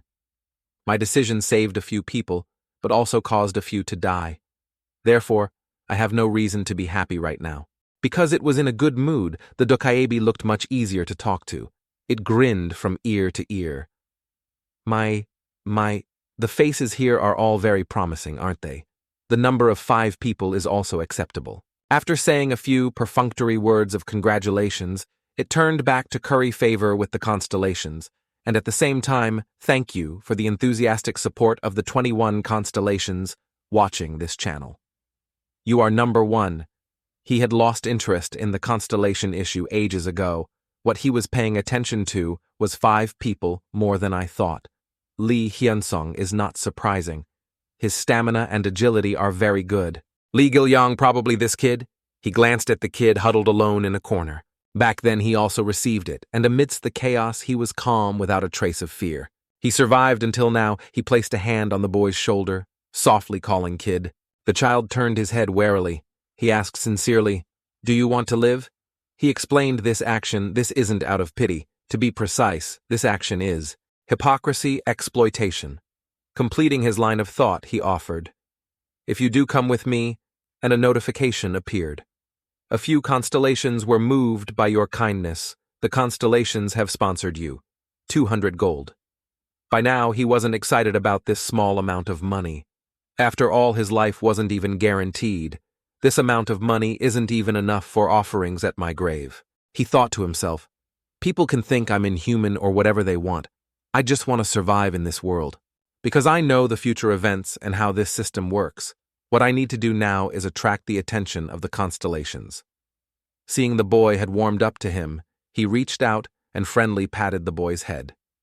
Meanwhile, the Dokaebi excitedly recounted, "A lot of interesting things happened today. For example, the guy in the next train car." Suddenly Han Mayong, oblivious to his place, interrupted, "Can we go home now?" Luckily, he spoke up, giving him extra time to remember this person. That's right. There's also Vice Director Han Mayong, who is still breathing purely thanks to luck. He yelled, "But we did what you asked. Huh. Go, where you just saw a monster outside the train car. Do you still want to go out there?" It asked back smugly, which was also a warning. Meanwhile, he thought off topic. But why would someone like him take the subway home? Usually he drives a fancy car to show off everywhere. As if to remind them, the giant serpent suddenly roared. It made him jump in fright, pressing himself against the wall. It continued. Overall, you all have impressed me. At first I thought this train car would be boring and maybe everyone would die. But then you proved that even the lives of insects have value. He took the words literally. That's right. So you're saying you also see us as just insects, right? Meanwhile, the serpent outside continued to show off its might. It returned to its initial easily bullied demeanor and said cheerfully, "Now perhaps I should reward you all a little. For the first scenario from now on, you will officially receive the protection of the constellations." Huh. Why so glum, guys? What a great reward, right? Seeing they had no reaction made it glum as well. He silently snarked, "That reaction is normal. Besides me, who else would understand things like constellations and protection? It seems after a long time of contact, it has now caught up with the human thought process. Let me explain. Currently, you all are creatures as weak as snails. If you participate in the next scenarios in your current state, the chance of you being immediately killed by a ground rat is 100%, not even needing the likes of that giant serpent. However, that can change if you wisely use the funds bestowed by the generous noble constellations. Do you understand what I'm saying?" Li Hainsong wondered. "What do you mean? Who is the sponsor?" After such a long explanation, being asked about the basic initial issue made it angry enough to curse. "Damn it, why are you guys so stupid? Fine, do it this way, figure it out yourselves. I'm not explaining anything more." Then it snapped its fingers, and a virtual screen appeared before everyone. The notification appeared, "Sponsor selection. Choose a sponsor for yourself. That entity will become a steadfast and reliable ally necessary for the following scenarios. 1. Abyssal, Black Flame. Dragon 2, Demon-like, Judge of Fire. 3. Secretive Plotter. 4. Prisoner of the Golden Headband." Dokja rubbed his chin and thought, 4 of them. Yusanga then called out, "Mr. Dokja," she asked in a panic. "There are 2 strange options on my screen." He replied coldly, "Even if you ask me, I can't really help. Just feel free and pick one you like. Consider this an aptitude test." Yusanga began to focus and think. Aptitude test. To have 2 constellations notice her. I don't know if it's luck or if they see her potential. The support of the constellations, also known as sponsorship, is one of the essential concepts of this world. Choosing a sponsor is very important. With this event, the constellations are currently watching us through that Dokaebi's channel. They can choose someone they like and offer support by making them their incarnation. For example, right now, there are 4 constellations that want to sponsor me. The special thing is they never reveal their real names. Dokja still stood there thinking restlessly, considering how the protagonist of Ways of Survival received 5 offers. So 4 isn't a small number. I can only rely on titles like Demon, Ghost, and Dragon to guess the true identities of the constellations. He recalled I've read Ways of Survival, so I can consider it more carefully than others. Let's see first off. A dragon with red eyes appeared incredibly majestic. This is the abyssal black flame dragon, a powerful entity, and also the leader of the star group named Black Cloud. If I remember correctly, its real name is very, very long. With the sponsorship of this dragon, I will receive incredibly powerful offensive skills. The upcoming scenarios all require stamina and strength, so this is a very beneficial choice. However, it's only beneficial at the beginning. The more I use its power, the more my human mind will be corrupted, and in the end, its incarnation will go mad and become a homicidal maniac. It really favors those with the Chunibu attribute. It seems that's also why, in the story, it was Kim Namwoon's sponsor. He wondered. So why did it choose me? So he frowned and moved on to the next one. We don't belong together. Next. Suddenly, he was surprised to see the next information. This is a very unexpected offer. Demon-like Judge of Fire, a name reeking of demons and sin. However, demon-like here means it's not demonic at all. He calculated, what's noteworthy is Judge of Fire. The supreme ruling entity judging evil with an eternal flame, so it's the Archangel Uriel. He stood there muttering, I remember that, in the story, there was a character who accepted its sponsorship. Not a bad choice, I'll consider it. The entity of absolute justice is very strong, but to use its power, I'll have to follow certain rules and shackles. Okay? The third one. Next is the secretive plotter. Hearing this name, Dokja's eyes widened in horror. Damn! This is the first time I've ever seen this name. He felt regretful. If I could read it again now, maybe I would know who it is, but there's no time now. Perhaps it's an entity that was only mentioned briefly, but I'm quite sure that. Dokja stared intently at the information panel, hesitating as he analyzed. It's not as strong as the other two. Let's consider finally. At lines 3 and 4, it made him exclaim, surprised. He loosened his tie with his hand and thought, who would have thought I'd be offered sponsorship so early? Prisoner of the Golden Headband, just reading prisoner already suggests negativity and roguishness. But what's important is the latter part. The Golden Headband is the world's smallest prison, the one who must live and endure the pain from the eternal shackle worn on the forehead. The king of Flowerfruit Mountain possesses extraordinary power, proficient in martial arts, master of the magic of the great sage, equal to Heaven's son Wukong. In the novel, someone received the sponsorship of this constellation, and since then, rumors have spread about him. Possessing the power to destroy hundreds of other incarnations, with just one staff casting a divine spell that makes thousands of monsters vanish. He remained in the same position, muttering. The author wrote about it quite grandly, so I can still remember. Such a supreme entity is also paying attention to me. He suddenly thought, if I choose the great sage equal to heaven as my sponsor? Everyone was in a difficult position, not knowing which one to choose. The atmosphere became extremely tense. Dokja, however, looked out the door at the countless corpses lying on the ground. He remembered someone and asked himself, then can I defeat him? The system then announced, the sponsor selection event has ended. The Dokaibi cheerfully approached and asked, is everything done? Very good. Suddenly, he laughed with amusement. My. Someone has made a very interesting choice. Whatever, you all will have a chance to choose again anyway. After saying that, he transformed and left. All right, everyone did a great job. Now rest for a bit. I will go and prepare for the next scenario. See you in 10 minutes. Dokja watched with a suspicious gaze. Then he extended his hand in invitation. Moin goi chung ta lam quen chutne. Everyone, let's get acquainted. The cheerful soldier spoke first. Hello, I'm Lee Hyun-sung. He also shook his hand and replied, Kim Dokja. He continued enthusiastically. This probably isn't a good time, but it's great to meet you, and you probably already know I'm a soldier. He stammered. It's more accurate to say I used to be a soldier, right? He asked curiously. You can't contact your unit anymore? He nodded slightly. Yes. As soon as he shook his hand, Dokja felt a very strong hand, just like his title in the novel. Lee Hyun-sung said gratefully, Thank you very much, Dokja-si. If it weren't for you, we would all be dead. Or if we were still alive, we wouldn't be human anymore. Dokja stammered awkwardly. Know that. Suddenly a hand landed heavily on his shoulder, making him jump. The other person praised. Well done, Mr. Employee. He quickly patted his chest to get his attention. Dokja, you know me, right? He turned around and quickly replied, Of course, Mr. Han Myung-oh. He argued angrily. Han Myung-oh, you should be calling me by my title, shouldn't you, Vice Director? He replied without any deference. This isn't the company. He angrily pointed and threatened.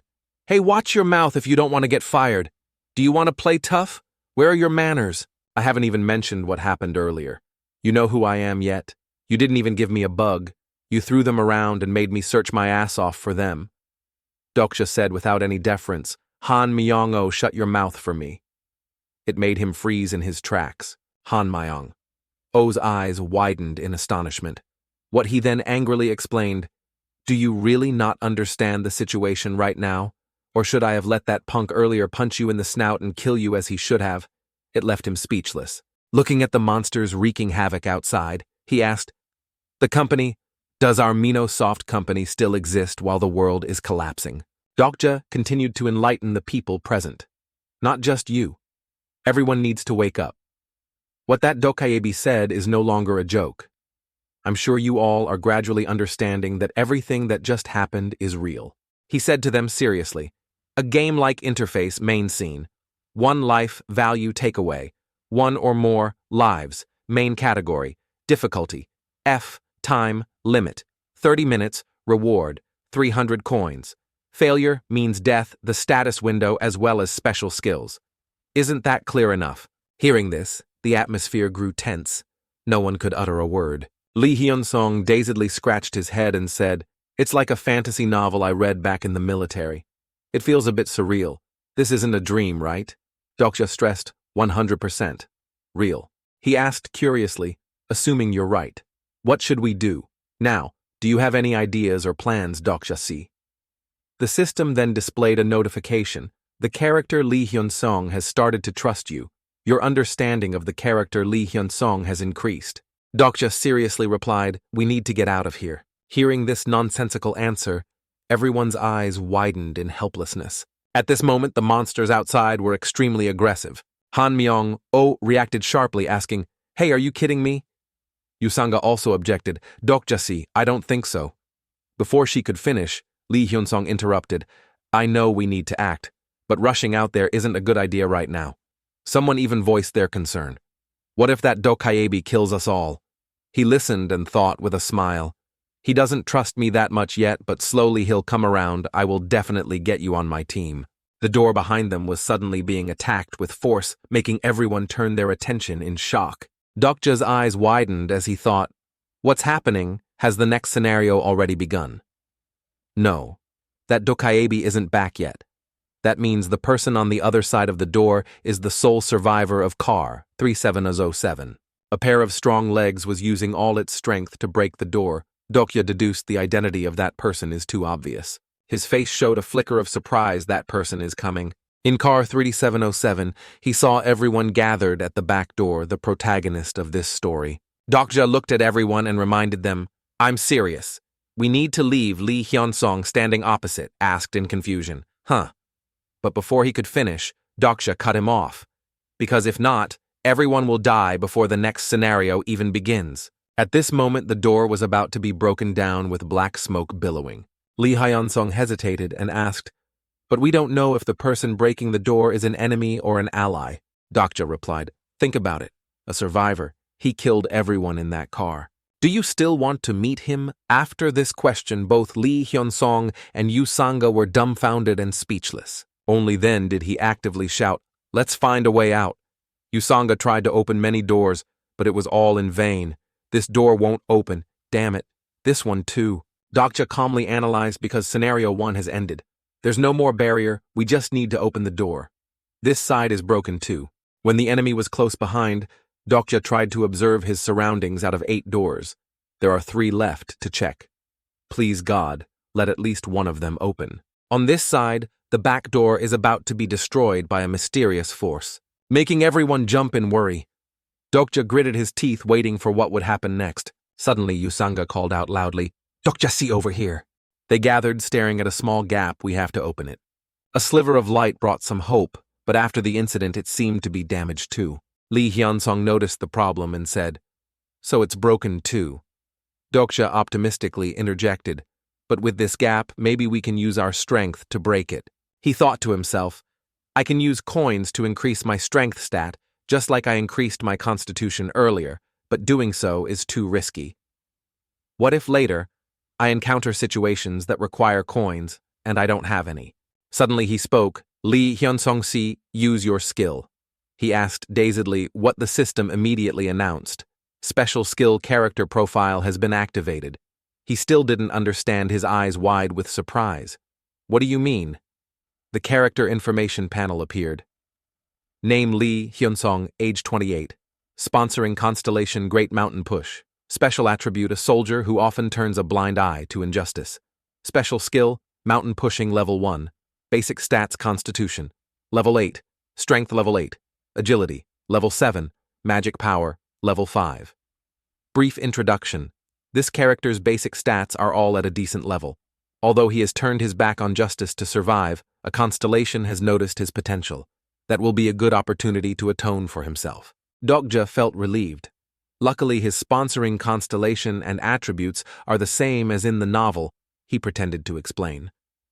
You probably saw when the attribute window opened earlier as a soldier. I think you'd have a useful skill for this situation. Lee Hyun-sung still stood there dazedly and asked, "Maybe, but to be honest, I don't know how to use it." He patiently instructed, "Think in your head about wanting to use that skill." He listened and was still dazed, just that. Lee Hyun-sung quickly opened his mouth wide and shouted. As expected, it had some effect. His muscles bulged. His whole body was full of vitality, and in just a moment he had pried the gap wide open. Han Myung-oh, standing behind, saw this and was wide-eyed with astonishment. Lee Hyun-sung delightedly turned back to look at Dokja and exclaimed, "It worked, it's amazing." The system immediately announced the character, "Lee Hyun-sung's trust in you has increased a little. Your understanding of the character, Lee Hyun-sung, has increased." He was also secretly happy. "Mountain pushing is different. He's strong as a beast. He seems to trust me quite a bit now, huh?" There's not much time left. Everyone scrambled to escape. Run he ran, while calculating. The door to car 3707 will soon burst open. But if my memory is correct, that's not the biggest problem right now.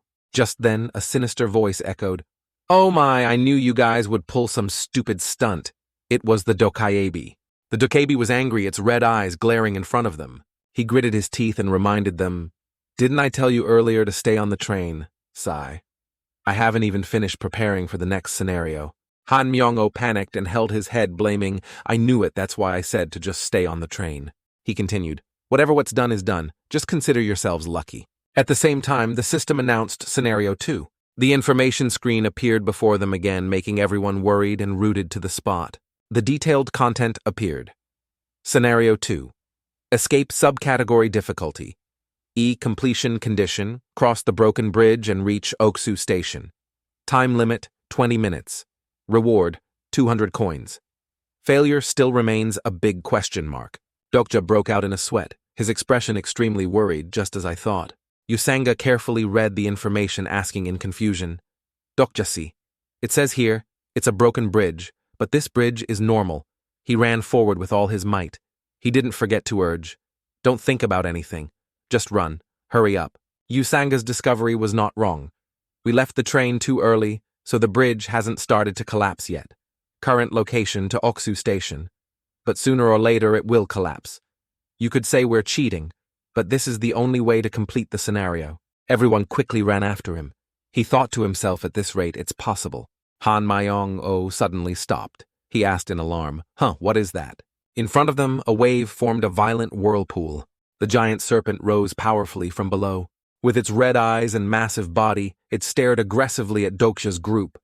He also realized it's a single one, but this big, it must be the leader. It didn't waste words, it opened its huge mouth wide and lunged. Before its might, everyone panicked. "It's attacking, the bridge will collapse," Dokja said decisively. "Keep running, we can survive." And so they played a game of cat and mouse. The ichthyosaur still aggressively pursued from behind. He recalled the content of the novel he had read. In this scenario, it doesn't attack people. Its only goal is to destroy the bridge. Only 200 meters left at this rate, everyone will escape before the bridge collapses. The Dokaibi stood in the dark corner laughing with amusement. If the game is too easy, what's the fun? When Doksha saw him above his head, he was startled, huh? The Dokaibi laughed gleefully. You guys got a head start. How about I increase the difficulty a bit? The system immediately announced the scenario's difficulty has been adjusted. The current difficulty has increased from E to D. Suddenly, a black and white energy continuously seeped into the air, following that a mechanical explanation was heard. The fallen are rising from the dead. Dark energy envelops this space. The corpses were covered by a magical force. They began to move. Usanga looked back in alarm. What is that, zombies? The system coldly announced the evil-faced people have appeared. At this, the headless group trudged forward, making everyone who saw them scream in fear. Ah, it looks so disgusting! Lee Hyunsong called out worriedly. Dokjashi. The mechanical voice announced again. You have reached Oksu Station. They were surrounded by the evil-faced people on all sides with no way to escape. Suddenly, a white smoke appeared around them, making everyone raise their guard. He frowned, gritting his teeth as he called out, Everyone get down. As soon as he finished speaking, the ichthyosaur appeared from nowhere, creating an extremely chaotic scene. Someone worriedly shouted Doksha. Sangha cried out tragically, Dokja-si. She saw Doksha struggling to sit up and stammered, You Doc? He opened his eyes, surprised as he looked at everything around him. In front of Dokya was a pile of ashes. The bridge and train tracks were broken. The ground was covered with corpses. Sangha was supporting Myong-o. She was surprised when Dokja stood up. She went over Dokja-si. He angrily clenched his fists and thought, The bridge is broken. Although I knew this event would happen, Han Myong-o and Usanga also being stuck here is different. Hyunzong and Ji-yang shouted worriedly, Dokja. He thought to himself, Lee Gilyong and Lee Hyunzong have made it to the other side. He was struggling. What should I do now? Then the system panel appeared. An incarnation has received the blessing of a sponsoring constellation. Suddenly a light pink rock appeared. The system panel reported reality shift activated. It has a direct effect on the current scenario. That rock suddenly moved very fast. A system appeared in front of Doksha reality shift even-numbered bridge. A bridge of light created by the mystical power of a constellation has appeared, but it only allows an even number of people to cross. If the number of people using the bridge is odd, it will disappear. He didn't understand reality shift. Sangha awkwardly called out to Doksha, You Dokja-si. Why did my head suddenly? Doksha looked up in a daze. In the sky, the system said, Reality shift allows intervention and change to the reality of the ongoing scenario. If the outcome of the reality would cause great loss to the constellations. Myong-o exhausted fell on Sangha's shoulder, while she stood looking at him in confusion. Doksha. Holding his injured arm, he thought the sponsoring constellation for Usanga has changed reality to help her. This is extremely rare, even in the ways of survival. In the end, who is her sponsor? Activate character profile. The system continued to display, cannot view this target's information with character profile. This target is not registered. Dokja's face showed alarm. What does this mean? Could it be that the sponsor is a special constellation? Or does she have a divine sense barrier skill? That's impossible. We've only just begun. Suddenly, Sangha shouted, Be careful. She cried out because someone was sneaking up to attack Doksha from behind you. He turned to dodge the attack and kicked the person. Doksha kicked him, sending him flying. He slowly got up. Doksha panted. I forgot. Now is not the time to think too much. The information panel appeared. Human level 9. Evil-faced person. Special evil-faced person controlled by dark energy. He secretly deduced these evil-faced people are no different from zombies. But if the host is a strong person, their evil-faced person version will be extremely dangerous. He looked at the name tag on his shirt. The name is Kim Namwoon. Doksha thought irritably. Why the hell is it him? He has been controlled. Namwoon was covered in blood with glowing eyes. Doksha asked in confusion, Have you run out of people to control? Namwoon charged towards him. The system reported activating special skill, Omniscient Reader's Viewpoint. This target is unconscious. Activating Omniscient Reader's Viewpoint failed. He couldn't react in time, revealing a worried expression. Doksha thought anxiously, Damn it, it's not working. Now the only way is to cross the bridge as quickly as possible, but there are 3 people here. Someone has to sacrifice. Dokja heard a sound behind him and turned around.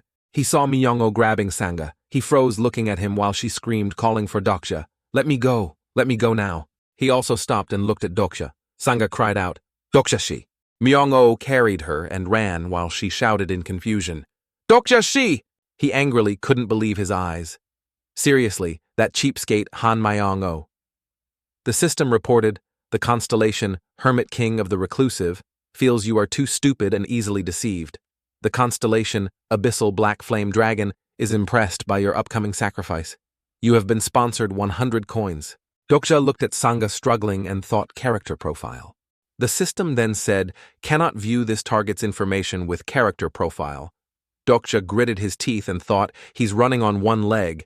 The highest probability is that it's a skill. One-legged flying horse, from that I deduce his sponsoring constellation is Petty Despot. He secretly pondered he definitely doesn't have a divine sense barrier. But why can't I still? Han Myong-o probably isn't skilled or knowledgeable enough to resist character profile. If so, the reason I can't see their information is because the system appeared in the sky, stigma, the power that incarnations receive from their sponsoring constellations. Stigma is different from the normal skills that characters can learn on their own. He blamed himself because they are not characters in ways of survival. Why didn't I realize that sooner? Kim Nam-woon roared like a tiger, looking very fearsome. The controlled people all moved closer to Dokja. One of them charged and attacked him. Dokja fought back while urging himself on, think now, I can't cross the bridge on my own. Dokja panted tiredly, looking at the group. So what if I grab one of these evil-faced people and force them to cross with me? Too risky, is there no other way? The system showed the time. He looked up and saw only 15 minutes left in the scenario. The Dokebi appeared, resting its chin on its hand, and said in a teasing tone, Oh my, there's still a small soul stuck here. Are there any generous constellations who want to help him? Dokja was still trying his best to fight against the controlled people. It looked and said, not a single one. Everyone on the other side was worried about him, it said sarcastically. How sad. Dokja seemed to be exhausted. His body had reached its limit. He was pushed away by those people. Dokja took a breath. His body was covered in blood. Behind him, the sea was surging. In front of him were the controlled people. Dokja thought helplessly, do I really have to die here? If only I had a combat skill right now. He screamed in his mind. Then things wouldn't have gotten this bad. Suddenly, a system appeared behind Dokja. Special skill bookmark has been activated. He turned back in surprise. The system displayed a book. He wondered, bookmark. Small system panels appeared in front of Dokja character bookmark. Activated available storage slots. 3 loading bookmarked characters. The system continued to report available characters in storage. 1 delusional demon, Kim Nam-woon. Understanding, 25. 2. Lee Hyun-song. Understanding, 35. 3. Empty. The crazed Nam-woon was advancing to attack him. Dokja used his brain and thought, in the 3,000 chapters of Ways of Survival, this skill has never appeared even once, he silently exclaimed. But somehow I know how to use it immediately. Then Dokja calmly said, activate. Bookmark, slot 1. He imagined the scenes of Nam-woon. I don't know what this is, but this power is awesome. Nam-woon beat him until he was bleeding all over. Die, you bastard. He spoke with a very arrogant tone. When in Rome, do as the Romans do. This is no longer the old world. Dokja became full of power. The system verified storage slot 1 has been activated. The bookmark skill is still at a low level. Therefore, the activation time has been shortened to only 1 minute. Your understanding of the character is still low. Only a portion of the character's skills can be activated. He held the knife in his hand tightly. Corruption level 1 has been activated. The target he aimed for was Kim Nam-woon. Dokja split into 2. After looking back at how cruelly Nam-woon had treated him in the past, without a moment's hesitation, Dokja slashed straight at his face. Nam-woon screamed tragically. He knelt down and groaned, don't want to die. Dokja coldly watched Nam-woon fall. He looked at him with indifferent eyes while his clone was smiling with satisfaction. The system reported your understanding of the character Kim Nam-woon has increased. Bookmark 1 has expired. Sub-scenario. Escape subcategory difficulty, decompletion condition, cross the broken bridge, and reach Oksu Station. Time limit, 20 minutes. Reward, 200 coins. Failure is mysterious. Remaining time, 10 minutes, 11 seconds. Dokja's sweat increased. He raised his knife to defend himself. The remaining people continued to advance and attack him. Dokja was tired. I'm exhausted, damn it. Suddenly he remembered. Where's that other guy? He should have been here by now. In front, there was a shocking explosion. The controlled people were also attracted and turned to look. A man calmly walked over. Dokja smiled faintly, finally appeared. The bridge has been repaired by that man's power. The controlled people were distracted. Dokja pointed towards him, making them turn to look. He worriedly sweated looking at that man. He walked towards Dokja and casually killed a person, making him fall. His collar was neatly arranged. It was none other than Yu Jung-hyuk. He put one hand in his pocket. Yu Jung-hyuk's expression was unhappy as he slowly walked towards Dokja. He let out a long breath, his eyes glowing yellow. Yu Jung-hyuk stopped and asked, "Who are you?" He jumped and thought to himself, "You've got to be kidding me, facing him directly like this. I could be on the altar in a second." Character profile. Activating. Character. Profile skill. The designated target has too much information, so the character profile will be converted to a condensed profile. Yu Jung-hyuk's hand reached for Dokja at the same time the system displayed condensed profile. Name Yu Jung-hyuk. Attribute. Regressor. Third turn. Myth rare. Genius gamer. Special skills. Sage's Eye. LV8. Hand-to-hand combat. LV8. Weapons training. LV8. Divine sense barrier. LV5. Wide area control. LV5. Eloquence. LV5. Lie detection. LV4. Yu Jung-hyuk squeezed Dokja's neck tightly. He made him suffocate and cough continuously. Yu Jung-hyuk threatened and shouted, "Speak. How did you survive?" He shivered and thought, there are 3 ways to survive in this world. Dokja looked up at him and deduced, the one choking me is the one who verified the first method. He thought of it and was terrified, the regressor, Yu Jung-hyuk. All the tragedies that have happened and are about to happen to the world are caused by him. Hyunseong was squinting to see Dokja. He exclaimed, "I give up, I can't see anything. This barrier is blocking everything outside the station." Sanga worriedly thought, Dokja shi. Yu Jung-hyuk pushed him to the edge of the bridge, causing rocks to fall into the sea. He asked in a low voice, "Your name?" Yu Jung-hyuk repeated, "I'm asking for your name." He thought to himself, with this arrogant attitude he must be the main character. Yu Jung-hyuk looked seriously at Dokja. Only then did he answer. "Kim Dokja," he commented. "A strange name." "Yes," Dokja said calmly. "Everyone says that."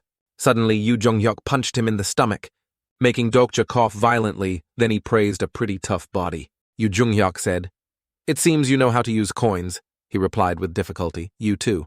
He punched him in the stomach again. Dokja grimaced and thought, damn, everyone has only completed one scenario and he's already this strong. He's a monster. Yu Jung-hyuk then spoke, "Don't waste your breath on pointless things. From now on, only answer when I ask." Dokja thought anxiously, "This is bad. How do I get out of this situation?" In the early stages, Yu Jung-hyuk is the most dangerous person, because after 3 regressions, he has almost become a cold-blooded person. In the current situation, he would definitely not hesitate to do anything to achieve his goals. He shouted, "Answer, watch your mouth." Dokja cried out, making him punch him again. Fat chance. Dokja screamed because his attack was very strong. Yu Jung-hyuk didn't expect him to be able to block with his hand before he punched. Dokja said in a higher voice, "Sorry, but I'm older than you, Mr. Genius Gamer Yu Jung-hyuk." He smiled challengingly. "The one who needs to watch their mouth here isn't me." The system displayed the character Yu Jung-hyuk is wary of you. Yu Jung-hyuk wondered, "You know me?" He quickly said, "Just a coincidence because I work for a game company, but in Dokja's mind he thought I have to lie about this. You're simply the main character of a novel I really like." He continued to lie to him. "And you used to be very famous." "To be honest, I was a fan of yours," Dokja thought to himself. The fact that he's famous is true in the novel, so saying, "I'm his fan" isn't wrong either. Dokja manipulated Yu Jung-hyuk's mind. "I've liked, hated, been angry with, and been happy for you." He juggled, "I've accompanied you through more than 3,000 chapters. Yu Jung-hyuk said gently, "A fan." It's been a long time since someone said that. He lifted Dokja's entire body and brought him to the edge of the bridge. I'll forgive your way of speaking, but your situation hasn't changed. He replied calmly, I know I'm not blind. Yu Jung-hyuk was serious. Next question.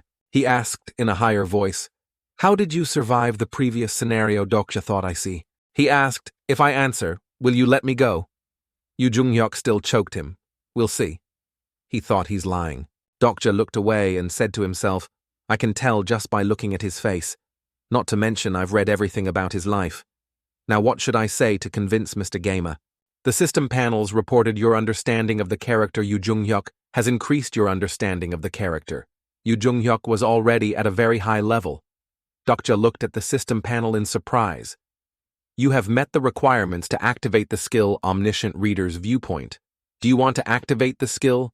Yu Jung-hyuk was stunned and thought it should have only been Lee Hyun-sung and Kim Nam-woon who survived in that car. But Kim Nam-woon is dead, and there are others who survived. What happened? Who is this guy? He made a plan. I need more information.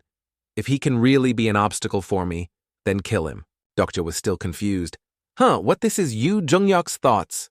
Like when I read Kim Nam-woon's thoughts. He was satisfied and smiled smugly because he read Yu Jung-hyuk's mind. The system displays the time. Only 5 minutes left. Dokja is saying I survived thanks to... Yu Jung-hyuk then interrupted. I finished the scene by killing insects. He looked at him seriously. I was just lucky I happened to find the kid's insect box in the same compartment when the explosion happened in the next compartment. He turned his face away and thought nervously, the future has changed. The explosion. The insects. Dokja thought smugly. Surprise, kid. Didn't expect that. Only Kim Nam-woon and Yu Jung-hyuk were supposed to survive. Yu Jung-hyuk blamed himself.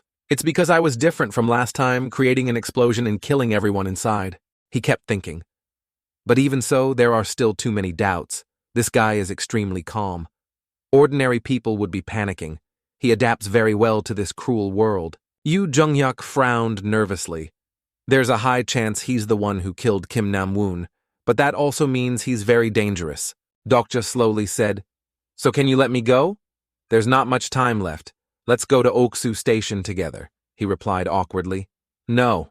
His left eye turned yellow. Your presence is extremely suspicious. He thought fearfully that Yu Jung-hyuk's SSS level skill, Celestial Eye, Dokja was lifted up by Yu Jung-hyuk and thought, the Celestial Eye, a skill that can see the target status window along with all the hidden information. This is the strongest observation skill in this world. I'm wondering why I haven't used the Celestial Eye yet. This is beneficial anyway. I haven't even seen the status board myself yet.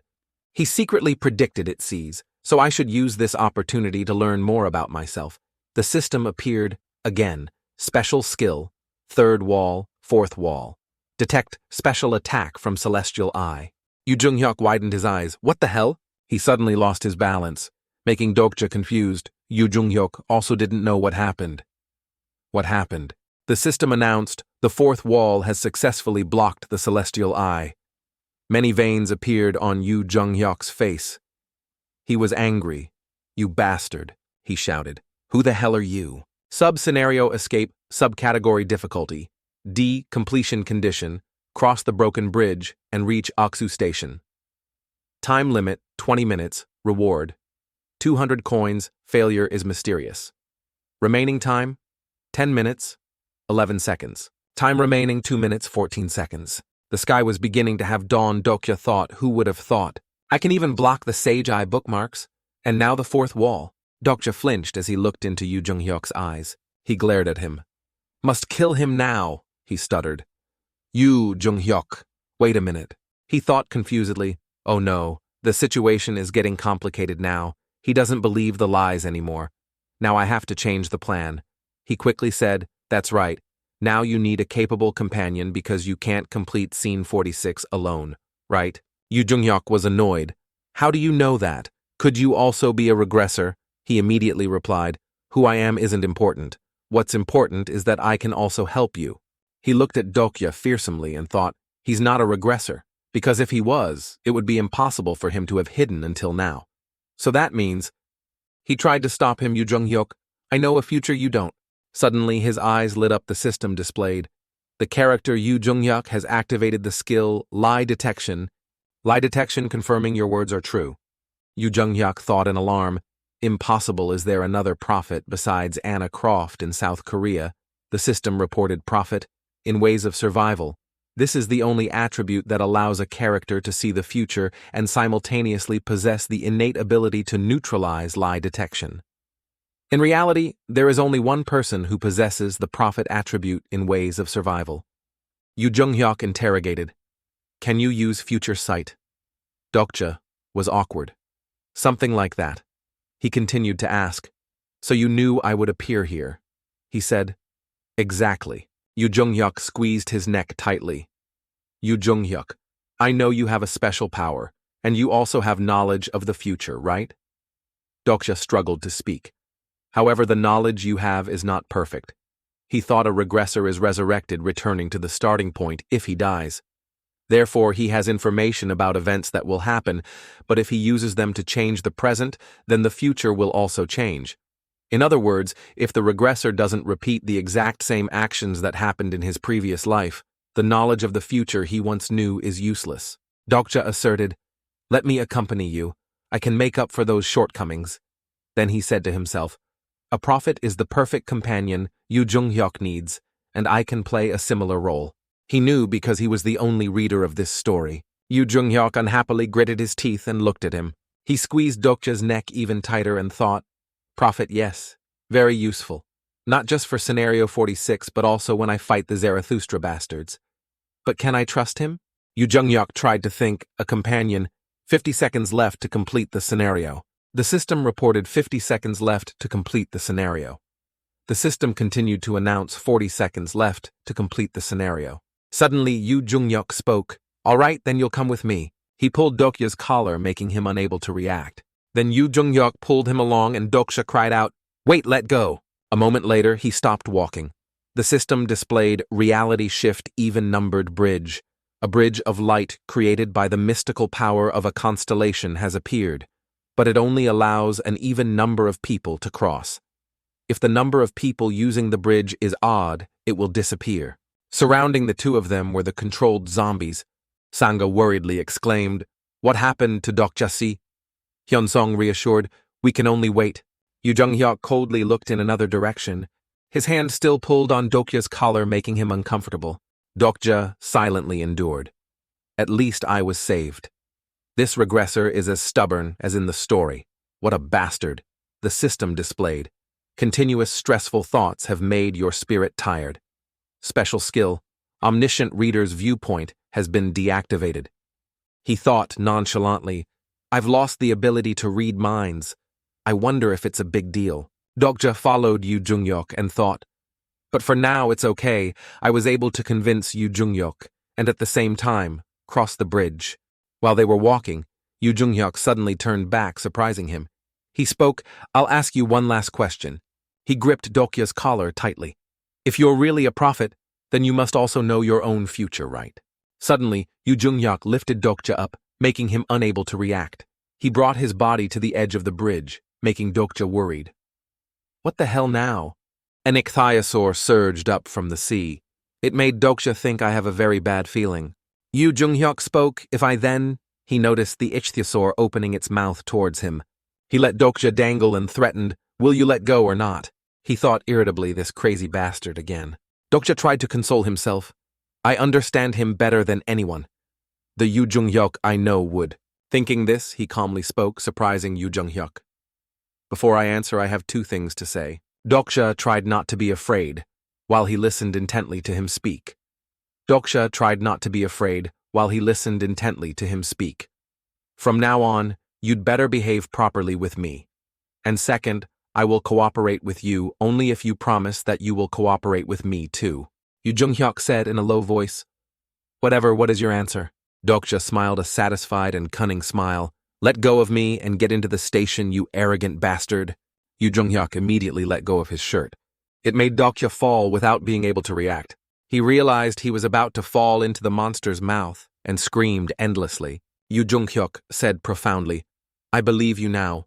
A prophet is different indeed. Dokja's eyes widened in a daze as he looked at Yu Jung-hyuk. He couldn't believe it and had to exclaim in his mind, "Really?" Dokja's entire body had fallen into the monster's giant mouth. He admired himself, just as the rumors say. As soon as Dokja entered its mouth, it swallowed him whole. The system displayed a notification: you have failed to complete the scenario. Dokja's body was swept away by the current. He struggled to hold his breath, lamenting in his heart. "It hurts so much, but I have to try stay conscious. I can't pass out now." After a while, Dokja's body and the others had fallen into the ichthyosaur's stomach. He quickly surfaced from the water and breathed. Dokja gently patted his chest to cough up all the water.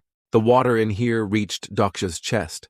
While looking for a safe place to rest, he thought, "It's a miracle I managed to get into its intestines without being torn to shreds." While walking, Dokja shone his light to see the path ahead. The scene before him was extremely chaotic, with corpses lying everywhere along with other objects. Seeing this, Dokja not only didn't panic, but also exclaimed, "A truly spectacular sight." Then he continued to curse. Damn it. Dokja struggled to wade through the water. His destination was a concrete slab floating on the water's surface. Using his strength, Dokja successfully climbed onto the concrete slab. He muttered and cursed, "You Jung-hyuk, that crazy punk. Is this how you treat an ally? I need to survive and get out of here to be acknowledged by him. Sao Jo An Lien Giai Teach." After that, he explained. But this isn't exactly hard to understand either. After his quick death in the first turn, Yu Jung-hyuk has never truly accepted an ally. With the title of regressor, he was even praised by everyone as a savior. That created an even greater distance between him and everyone else. He also stated that to him, humans were of two types: enemies or lower-class beings. Dokja had long since realized this was a test from Yu Jung-hyuk for him. To him, humans were of two types: enemies or lower-class beings. He wanted to see if I was strong enough to be an ally. But he still couldn't help but curse angrily. What a bastard! Then he closed his eyes and thought, check mailbox. As he thought, the system displayed, "You have failed to complete the scenario." It continuously announced processing results.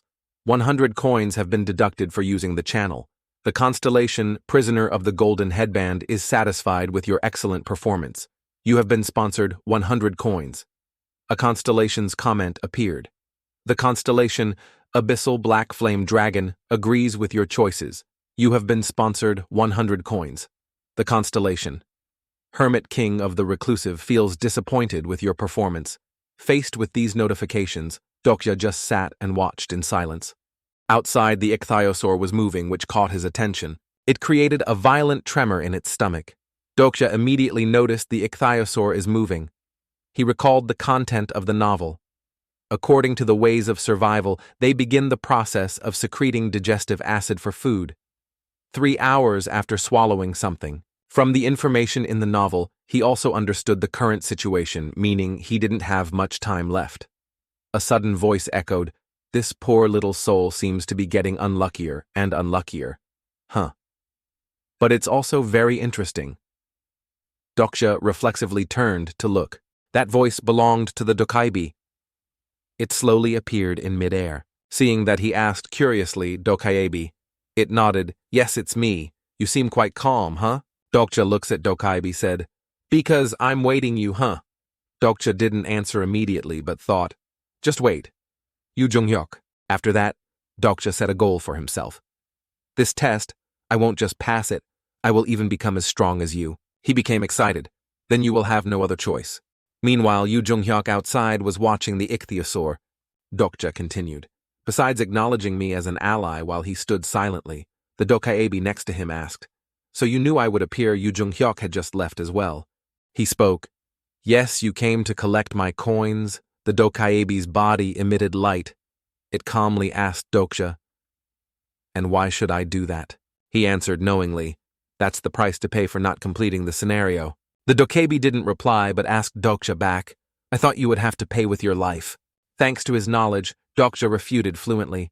"If what you say is true, then in the failure section it should be death, not." The mission board displayed sub-scenario, escape, subcategory difficulty, decompletion condition, cross the broken bridge and reach Oksu Station. Time limit, 20 minutes reward, 200 coins, failure. He continued to analyze. That means when we fail, we can negotiate. Right. The Dokaibi praised Dokja. Praiseworthy, very praiseworthy. It slowly said to him, to deduce that from just a small detail. No wonder you attract the attention of so many constellations, just as you said, failing. This sub-scenario isn't the end. You just need to cough up enough money. Dokja listened with a dejected expression. After speaking, the Dokaebi put on a despicable face. And I demand 5,100 coins. Then you can continue your journey. Hearing that, Dokja wondered, 5,100 coins. He looked at the amount of coins on the system. Remaining coins, 5,100 G. In his heart, he was cursing. Wildly, is this dog kidding me? Dokja angrily cursed. Then there's no damn money left. You might as well climb on my head and sit there. The Dokaebi waved its hand, throwing him an absurd line. Or die. It lazily lay down in midair and challenged Dokja. So what? If you refuse, let me kill you and then go to sleep. He wouldn't be outdone. Then kill me. Dokja's words made it panic. He continued to challenge the Dokaebi kill me, making it not know what to do. Without letting the Dokaebi reply, Dokja said again, But you can't do that, right? He thought confidently. Of course not. It needs me badly. Dokja smiled, certain of his deduction. You yourself said many constellations are interested in me, didn't you? If it intended to kill me from the start, it wouldn't have come all this way to talk. The Dokaebi was successfully provoked by him, this arrogant human. You're a bit too smug. But before it could finish, Dokja interrupted low-grade, Dokaebi Bihyung. He then asked the Dokaebi, Is the life of a streamer wonderful, making it dazed? The Dokaebi was extremely frustrated. How do you know my name? Who are you anyway? A normal human couldn't possibly know. Dokja didn't answer its question but said bluntly, That's not important right now. Dokja talks with Dokaebi. I will continue when you turn off the channel. Livestream gradually disappears. Dokaebi said in a low voice, So, speak. At this time, Dokaebi was no longer polite and asked Dokja, How did you know about this live stream a person like you? Dokja told him.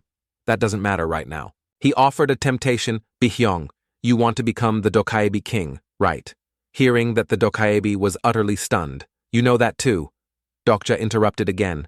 Listen here. If you want to surpass Dokak and Gildal and become the best streamer, defeat all the other Dokaebi. Dokja extended his hand, calling its name, then Dokaebi Bihyung. He said sincerely, Make a deal with me, I will make you. Dokja paused. A moment later, he continued. The Dokaebi king. Dokja's words moved it. Dokja made an offer. Dokaebi Bihyung, make a deal with me. He extended his hand towards it and added, I will help you become the Dokaebi king. Hearing that, the Dokaebi just smirked. Then it laughed loudly. That's crazy. You've really lost your mind. The Dokaebi then mocked Dokja. I should have guessed this after you refused the sponsorship of all the constellations. Right. Back to the time on the train. The system gave him a choice. Choose an entity to sponsor you. That entity will become a strong and reliable ally necessary for the following scenarios. 1. Dark Flame, Silver Dragon. 2. Fake Demon, Flame. King 3, Hermit. King of the Reclusive 4, Prisoner of the Golden Headband. Dokja denied its words. That's right, during the sponsor selection event on the subway. At that time, Dokja made no choice. In his heart, he thought I didn't do anything. Choose a sponsoring constellation, choose an entity to sponsor you. That entity will wait to become a strong, reliable ally for the H scenarios.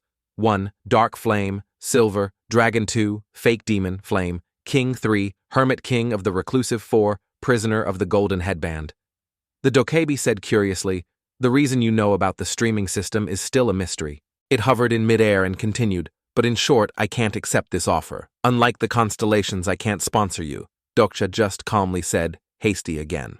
He slowly explained, Who said anything about sponsorship? The Dokaebi was surprised, and added, I don't need your power. What I need is the channel you're broadcasting. It asked dazedly. My channel, he asked impatiently. Still don't understand. Listen carefully. Is your Korean language patch broken? After speaking, Dokja emphasized, again, I want to sign an exclusive contract with your channel. After he finished speaking, the Dokaebi finally understood. Wait a minute. You're talking about a streaming contract. Dokja nodded. Exactly. Some regulations about streaming agreements, streaming contracts, which are originally contracts made between dokaebi and constellations. The incarnations of constellations will be required to participate in certain channels.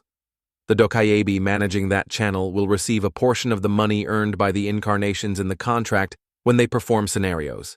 According to the contract regulations, normally incarnations do not have the right to interfere with these contracts with the dokaebi, even under the guise of sponsorship.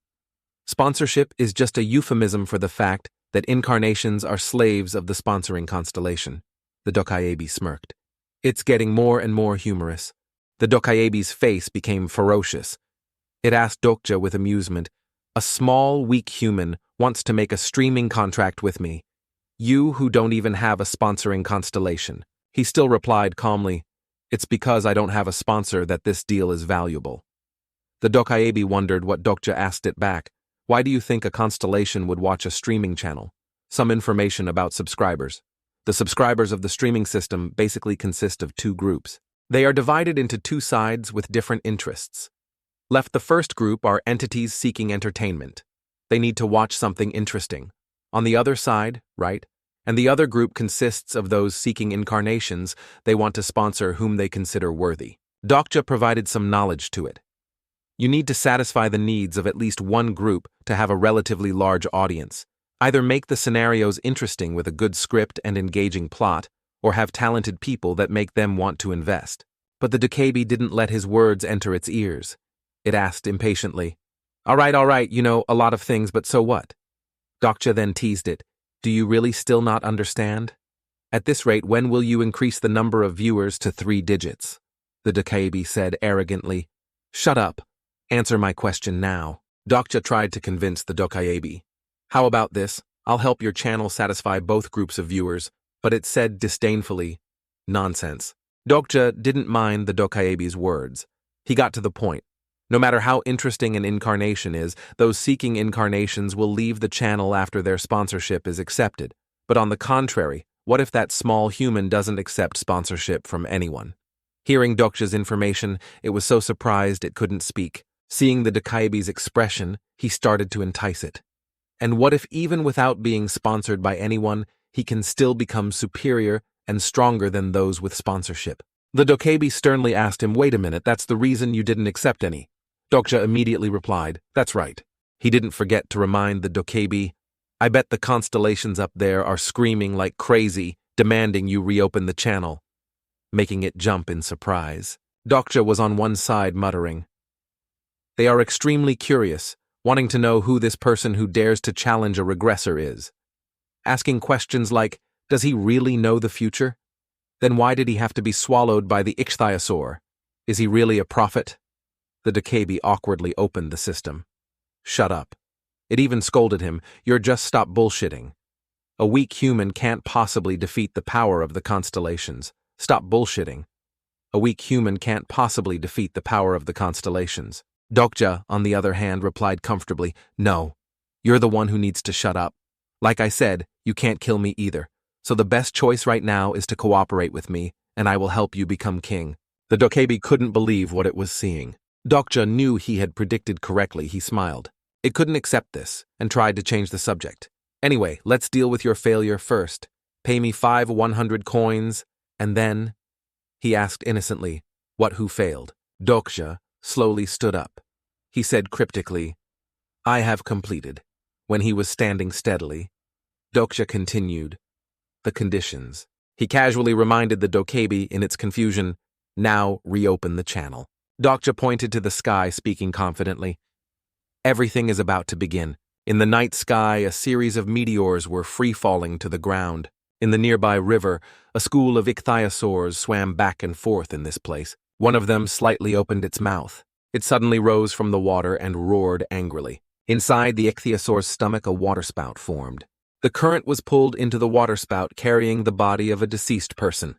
By clinging to the stomach wall, Dokja was lucky to survive.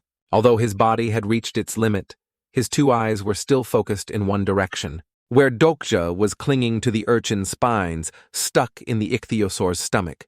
I don't know how much time has passed. The dark circles under Dokja's eyes have become more pronounced.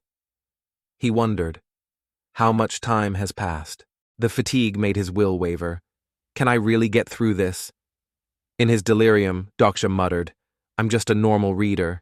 In his delirium, Doksha muttered, I'm just a normal reader. After that, he remembered his mother. Mom, are you still okay? You'll probably be fine because no one else is mom but you. At this moment, Doksha's body was almost falling apart. His two eyes slowly closed as he asked himself, Isn't this a dream? Doksha thought, I wish this was just a dream, even though life is never easy. Thinking this, he felt it was ironic, but there's no way I'd die in a fish's stomach like this, right? The ichthyosaur's stomach had countless bleeding wounds. Nearby yellow sparks were emitted. Doksha's whole body trembled, yet he still tried to cling to the urchin's spines to survive. A voice echoed, making Doksha pay attention. You. The Dokaibi suddenly appeared behind him. It praised, You're pretty good. The system displayed a notification. A few constellations are impressed with your survival ability. The constellations have sponsored you 100 coins. Doksha's eyes stared blankly at the Dokaibi as he thought 4 days have passed since the scenario began. Doksha fainted from exhaustion. His two eyes turned white.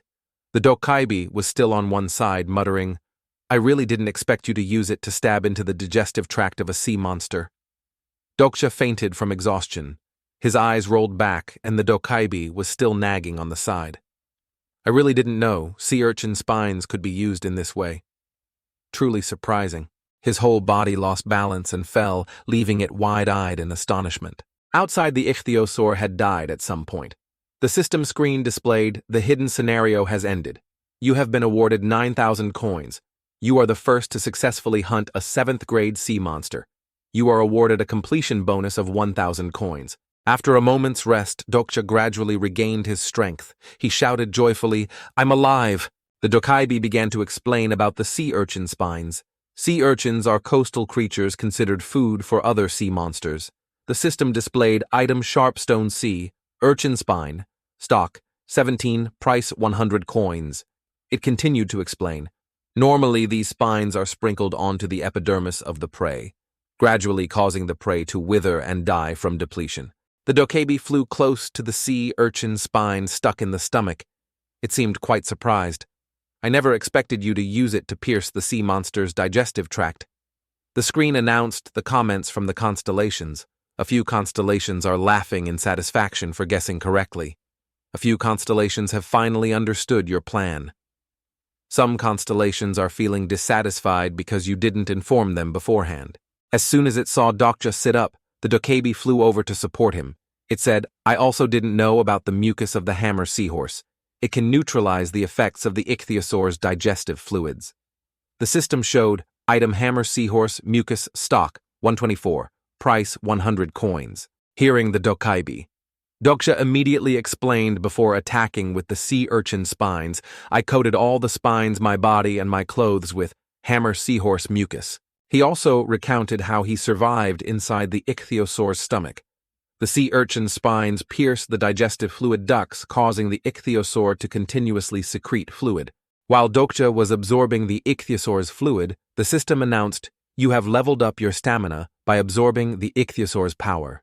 He turned his head and said, The rest was a mental battle. The hammer seahorses were hunted so much by the ichthyosaur that they evolved this way, which is why I used it to end things. Even so, the pain was still indescribable. The Dokaibi reminded Doksha, Hey, the explanation part is mine. But before it could finish, he interrupted, You didn't know, and when someone explains it for you, you still try to butt in. The system announced Doksha's skill, activating special skill. The fourth wall is helping you reduce pain. The Dokaibi angrily scolded him. This guy, it hovered in the air and asked the constellations, Anyway, let's congratulate this creature for surviving right constellations. But no one answered. Doksha staggered to his feet and said, All right, open the Dokaibi bag now. He picked up the stone sea urchin spine and poked the wall in front of him. Soon the wall shattered, revealing a gleaming orb. It turned out that the orb was the ichthyosaur core. The system immediately displayed the information item you have found, ichthyosaur core. Doksha skillfully took out the orb, then gave it to the Dokaibi, requesting it to be put up for auction. I want to sell this. Put it on the Dokaibi auction house. The dokebi was speechless.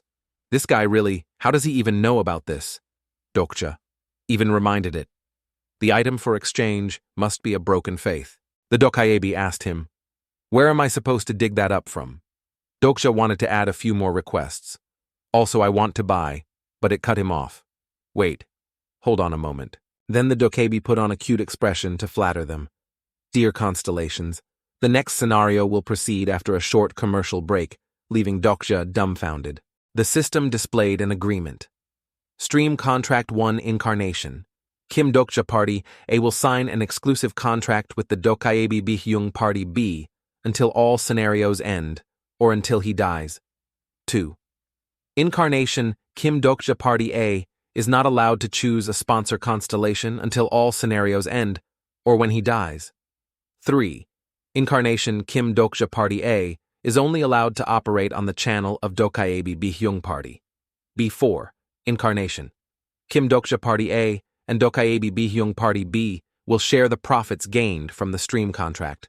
The distribution ratio will be agreed upon after discussion. The dokebi spoke up. "I've also thought about this a lot." It crossed its arms and told Dokja. "But after this scenario, I've decided to sign a contract with you." He stared intently at the contract and asked, "I'm Party A." It replied immediately, "Humans like it that way, don't they? Stop asking about trivial things." The dokebi urged Dokja hurry up and sign. He didn't answer but looked at it and thought, "I can't believe it's actually making a contract. I have some opinions about this contract." Dokja then reminded the dokebi. "There's one important clause that hasn't been included." It calmly replied, "Nani? The rest can just be a verbal agreement. A stream contract is a soul contract, you know." He stared wide-eyed at the dokebi and said, "The ratio. It can't be this vague." It nodded tremblingly. Right. The dokebi proposed to Dokja a 5-5 ratio. "Okay, in return, I won't make you pay the channel maintenance fee. For example, if we get 100 coins from sponsorship, I get 50, you get 50. For example, if we get 100 coins in sponsorship, I get 50, you get 50. Faced with its persuasion, Dokja asked a question. "Shouldn't it all be mine?" The dokebi hesitantly explained, "That's the basic ratio." It also added, "The constellations will choose their incarnations on the dokebi's channel." The dokebi continued, "All sponsorships received from other constellations will be divided according to the ratio." Fearing Dokja would go back on his word, it added another sentence, "That's how it normally is." Dokja didn't hesitate to refute its words. "I'm an incarnation without a sponsor constellation." Besides, when sponsoring an incarnation without a sponsor, the constellations have to pay a much higher fee, don't they? This made the dokebi sweat nervously. Then he asked it in a threatening tone. "I'm already finding this interesting," which made the dokebi turn pale with fear. At this point, Dokja directly declared, "The ratio is 10-0. Hearing this, the dokebi stared at him with wide eyes. It shouted angrily, "What the hell are you talking about?" In contrast to the dokebi, he smiled and replied, "You get to eat the fees, that's enough, I won't pay a single cent." The dokebi tried to renegotiate. Then how about a 7-3 ratio? But no matter what it proposed, he still refused 10-0, or should I go to another channel? Gildal's channel seems quite popular these days. Seeing that Dokja was still firm, the dokebi made another offer, 8-2 ratio. I can't concede anymore. His answer was still the same, 10-0 ratio. It couldn't contain its anger and gritted its teeth. You Dokja calmly reminded the dokebi. "Looks like the commercial break is over. The guests are starting to get impatient, frustrated that it couldn't do anything to him. It could only scratch its head in distress." And the constellations also showed their dissatisfaction with the long commercial break. A series of comments appeared. "The constellations are dissatisfied with the long commercial break. Did we pay a fee to watch this crap? Some constellations are complaining, is this the third night we've been waiting for?" Cunning schemer. Then the dokebi reluctantly agreed to his request. "Fine, if we do that, you'll sign, right?" Dokja demanded more. "There's one more issue," it asked impatiently. What now?" Dokja, just waiting for this moment, held out his hand and said, "The contract fee must be separate. 5,000 coins. After some time, the corpse of the ichthyosaur had turned purple. At this moment, Dokja was trying to swim to shore. Just a moment later, he had reached it. Dokja sat here to rest, thinking to himself, it's been 4 days, and I can finally breathe. Dokja also revealed his original intention. Actually, I planned to finish the sub-scenario in just 2 days, but it ended up taking 4 days to kill that ichthyosaur. Although this pace isn't exactly slow, Dokja continued. The stream contract with the Dokaebi is also done. His face earlier was hilarious. He recalled the moment he negotiated with the Dokaebi. Hurry, give me the 5,000 coins. Dokja continued. Although the amount of coins isn't much right now, things are still going relatively smoothly. He stood up to leave, mocking himself inwardly. It's funny. Normally I couldn't even sign a mediocre contract, yet now I've become extraordinary. Just because I'm the reader of a novel, I have to deal with this coat first. Just then, the system notified. Dokja special skill, fourth wall, is being activated. He looked at the screen and wondered curiously, what's wrong with the fourth wall? The Dokaebi asked directly. A system error. Dokja also knew about this and asked the Dokaebi. That's right, please fix it for me. It retorted. How could there be a system error? Dokja's system then displayed. The Dokaebi Bihyung is trying to interfere with your system. Dokja's skill automatically activated to protect him. The fourth wall skill has been activated. A dark thought crossed his mind. Could it be that it can even block interference from a Dokaebi? Even so, it's a good thing that no one can see my status window. As he finished speaking, Dokja stepped through a barrier. The system announced, you have entered main scenario number 2. The system reminded him, main scenario number 2's area is severely polluted. Hold your breath and move quickly underground. Dokja was blocked by the fog. He walked with difficulty thinking, is this it? This fog quickly corroded Dokja's skin. The system announced again. Poisonous fog has leaked. The black flame, dragon, is laughing. Dokja had prepared himself mentally. It's officially starting. Dawn broke behind the abandoned buildings while the surroundings were shrouded in a hazy fog. A monster covered entirely in rock was using its horn as a weapon to charge forward. The mantis also hissed back at it fiercely. A fierce struggle broke out between them, sending dirt and rocks flying everywhere. Inside the convenience store, all the lights had been turned off, making it very gloomy. The young man's arm continuously swept chocolate bars into a bag. His mouth was still holding something, but his hands were still nimbly putting items into the bag. Dokja picked up 4 full bags and stood up to leave. Scenario Area 2 is severely polluted. Hold your breath and move quickly underground. This much should be enough. He silently urged himself. The item is about to expire. I have to hurry. I took too much time getting dressed. The item he was holding in his mouth was the monkey's lung hold in mouth, when using capable of cleansing poison duration. 20 minutes. Just then a faint voice called out, help. It came from the cashier counter, making him turn his head to look. Is someone there? Dokja's eyes widened in surprise when he realized someone else was there. When he got closer, he discovered a trembling woman lying on the ground. There's still someone alive here. The girl was covered in dirt and severely affected by the poisonous gas. Help me. Dokja's steps grew faster as he crossed the road. He carried the girl on his shoulder and ran as fast as he could to find a way. The surroundings were filled with corpses and poisonous fog. Oksu Station is already destroyed, so the nearest subway station is. Very quickly, Dokja reached the place and braked sharply Gumho Station. However, the station gate was sealed shut by an iron fence, making him curse. Damn it, the gate is closed. He immediately turned to another direction to find a different option. The opposite direction is, the girl on his back suddenly whispered very softly, the door. The direction she pointed to was a place that was still open. Exit 4. From inside the station, some people were working together to close the steel shutter. Come on. 1-2. The steel bar was very close to the line on the ground and continued to lower. Suddenly a rod stuck out and blocked it.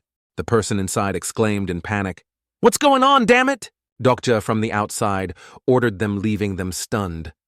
Open the door. The others hastily refused. No way, you can't come in here, get lost. Open the door. He took the item out of his mouth to speak. Someone is injured, but they were still adamant. The number of people here is already too many. We don't need any more people. This made him even more confused. What are you guys talking about?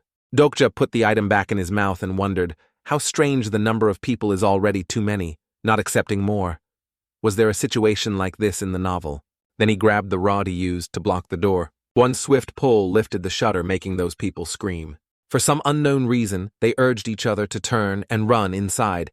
Quick run. As soon as he entered the station, the system informed him, "You have entered a safe zone." Dokja placed the bags of food down by the door. As for him, he handed his item to the gasping girl. "Hold this in your mouth. Although it can't heal you completely, you'll feel better." Looking at that face contorted in discomfort, Dokja grew more curious. He stared at her and pondered. Ways of Survival had this supporting character too. In principle, the death rate in this area should be very high. He was still thinking intently about this girl. Maybe I should read it again. This character. Suddenly, a scolding voice rang out. "Over there, it's this guy. Boss." The flashlight beam shone on the two of them, making Dokja look over in surprise. A pair of leather-shod feet strode forward aggressively. The boss tilted his chin. "What's this? What are you guys?" Dokja looked at him with exasperation as the constellations began to react. "I have to introduce myself again.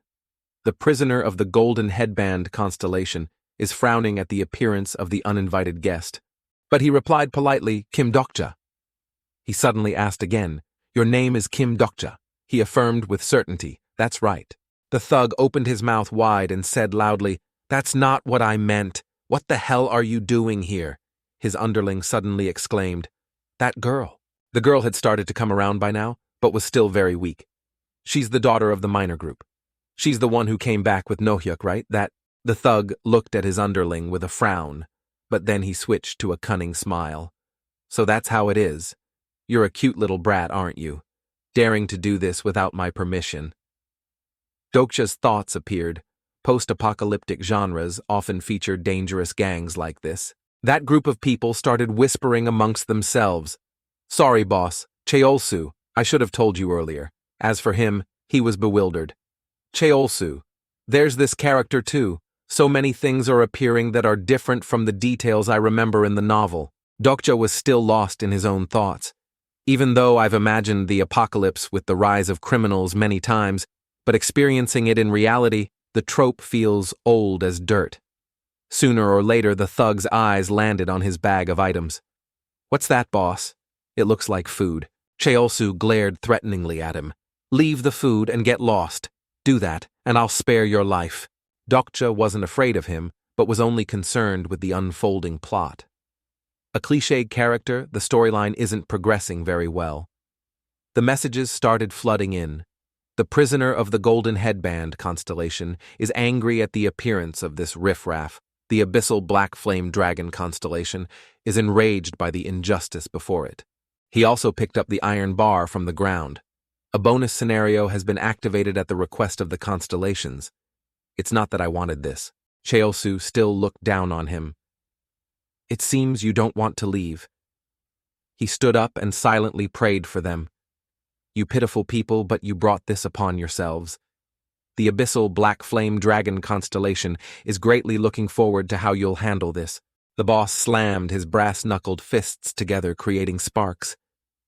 "This brat looks pretty dangerous." A new quest appeared as Cheolsu was arrogantly speaking to him. "But if you don't run, now death is your only path." Bonus scenario. Remove the obstacles. Type sub-difficulty E scenario. Clear condition. The appearance of the obstacles has greatly angered the constellations. Neutralize them within the time limit. Time limit, 5 minutes. Reward if you fail. Then the battle broke out. The girl was still struggling for breath, leaning against the wall. The loudmouth Cheolsu took a full punch to the face, causing his cheek to twist to one side. He was sent flying straight into the wall to the panic of his underlings, Boss Cheolsu. The remaining ones only dared to stand around Dokja and shout, "What is this bastard? Why is he unharmed after all those hits? Does he have a sponsor constellation?" As for him, he wasn't too surprised.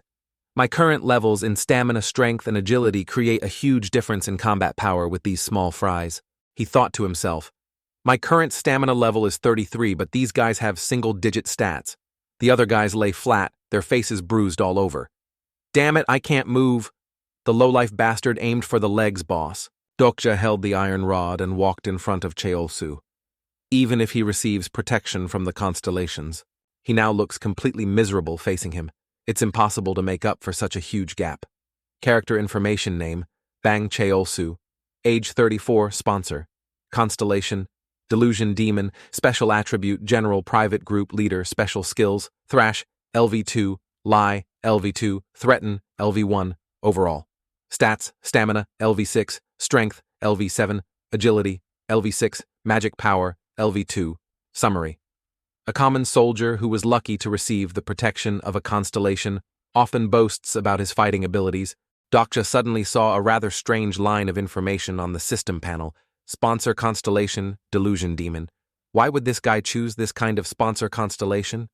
I wonder. Then he spoke up and asked him, "You're Bang Cheolsu from the Cheoldu group, right?" Cheolsu was dumbfounded. "What, you know me?" He, on the other hand, had recognized him. "Of course, you're the most worthless element at Gyumho Station. He was supposed to be killed by Yu Junghyuk." A thought ran through his head. How is he still alive? Cheolsu suddenly spoke up, mentioning something. "Or are you also the type that crawled out from that place? It seems you've killed a lot of people, haven't you?" The more he talked, the more lifeless Dokya's eyes became fixing on him. "No wonder I can smell the scent of my own kind on you." Fragments of memory once again ran through his head. Who knows? He had thought the people I could have saved. Namwoon suddenly appeared with a crazed smile on his face. "Be honest, you just wanted to watch this scene, didn't you?" The system quickly appeared. The fourth wall has blocked the lie of the character, Bang Cheolsu. As for him, he used the sharp tip to pin Cheolsu's wrist. He screamed in pain, forcing Dokja to remind him, "This isn't the time for you to show off." Those watching him were very excited. The Delusion Demon Constellation is feeling happy. The Delusion Demon Constellation has sponsored you 100 coins. Dokja stepped on his body and thought, the Delusion Demon Constellation has always been famous for being generous to incarnations. The Delusion Demon Constellation has always been famous for being generous with its incarnation. I was going to let you go quickly to lessen the pain, but it seems that's not possible. Shall we talk for a bit? The sub-scenario is about to end. You have 2 minutes left. The other guys were clutching their stomachs and turning away. He's just an idiot for the constellations to play with. Even his sponsor constellation is extremely amused when another incarnation tortures its incarnation. The Delusion Demon Constellation is feeling happy. One of them gathered all his courage and pleaded, "Stop, please, let the boss go." The girl had been struggling with her injuries all this time, making him reflect, humans are so weak. The chaotic scenes he had witnessed made him question, how did these weak people become so cruel? The conversation between Cheolsu and his underling replayed. "So that's how it is. You're a cute little brat. Aren't you daring to do this without my permission?" He came to a conclusion. They're just using the world's destruction as an excuse. Dokja grabbed Cheolsu's collar and glared at him, asking, "Why is it like this?" His dazed eyes glanced at him wearily. Is it instinct? He couldn't take it anymore and whimpered, begging, "You son of a bitch, kill me, you bastard. This world is a piece of shit." But he was still thinking hard. Isn't it? Isn't this his true nature? That thug turned his face away, red blood trickling from his nose. This look, a look of despair even before this world was destroyed. This world is a piece of shit. Dokja then related it to himself, cowering in a corner of a room, just like me. Then he stood up and gradually realized something. We are the same kind. He lifted one of his feet. Perhaps he wasn't wrong. You have 10 seconds before the sub-scenario ends. Then, Dokja finished it in one blow. In any case, this world has already been destroyed. The system continuously reported to him. You have met the conditions to complete the sub-scenario. You have earned 300 coins. The Delusion Demon Constellation is very satisfied. You have been sponsored an additional 100 coins. Cheolsu's underlings crawled over boss. How could he be so cruel? Meanwhile, Dokja had made up his mind. I must survive in this new world. He turned back to carry the weak girl on his shoulder. Before leaving, he frankly asked the remaining guys, "Show me the way to the places where there are groups." The map of the gangs in this area is listed in great detail. Between 2 large dots, the name of an important base was printed in bold on the red line Gyumho. The buildings in that area were also desolate and covered in poisonous gas. The people taking shelter there looked towards the entrance in surprise. Just then, the other gang arrived with Dokja, making the atmosphere more chaotic. "It's the Cheoldu group. Someone's injured. Please help me." As he was putting the girl down, someone recognized him and called out, "Dokjasi!" Among the crowd was the figure of a familiar girl. Sanga was so moved that she exclaimed, "Oh my God, Dokjashi!" Gilyong quickly rushed towards him. The old team members also came forward with looks of joy. "Dokjasi, you're still safe." What a relief. What a great relief. Is the kid okay? Dokjasi. Hyunsong placed a hand on his shoulder and apologized to him first. "I'm truly sorry. Back then we left you behind." "It's okay." He cheerfully forgave them. "I can't blame any of you." Dokja gave Gilyong some candy as they were sighing in relief. "Thank goodness." What Yu Jung-hyuk said was right. He looked up in surprise. "Yu Jung-hyuk." She then explained more clearly. Yu Jung-hyuk she said that Dokja-si was still alive. A short conversation took place. "Where is this person named Yu Jung-hyuk now?" Sanga replied awkwardly. "He's not here anymore." Jung-hyuk's lonely back had long since disappeared into the indifferent night. "He left this station yesterday." Dokja now understood more. "So that's how it is, I understand now." The reason the Cheoldu guy is still alive and wasn't killed by Yu Jung-hyuk is because Yu Jung-hyuk was in a hurry to leave Gumho Station. The thugs from earlier were still struggling with each other. The survivor's boss, "Are you okay?" Meanwhile, he had already foreseen their fate. In regression. 3. They became monsters fighting over food, Dokja muttered to himself. As for Yu Jung-hyuk to achieve his goal, he left without looking back, but it seems he handled the basic problem before leaving. What? Anyway, he was in a hurry. I'm just talking to myself. It's a habit. A constellation immediately reacted. The secretive plotter constellation likes your soliloquies. Then he asked a question. It seems like someone is still missing here. Sanga hesitantly answered him. The department head. Just then, the person he had just asked about shouted loudly, "Everyone move aside." Countless hurried footsteps rushed over their hands, all held crude weapons like water pipes and wooden sticks. Dokja's group was surrounded and isolated into an area by them. He glanced over at the new thugs. His gaze caught Myung-oh trembling. You, how did you?" A memory from a few days ago when he was panicking and carrying Sanga away replayed. Then for some unknown reason he kept insisting, "We have to chase him out. That evil, inhuman person, we can't let him stay here." When things were getting very awkward, a slender hand was placed on Myung-oh's shoulder.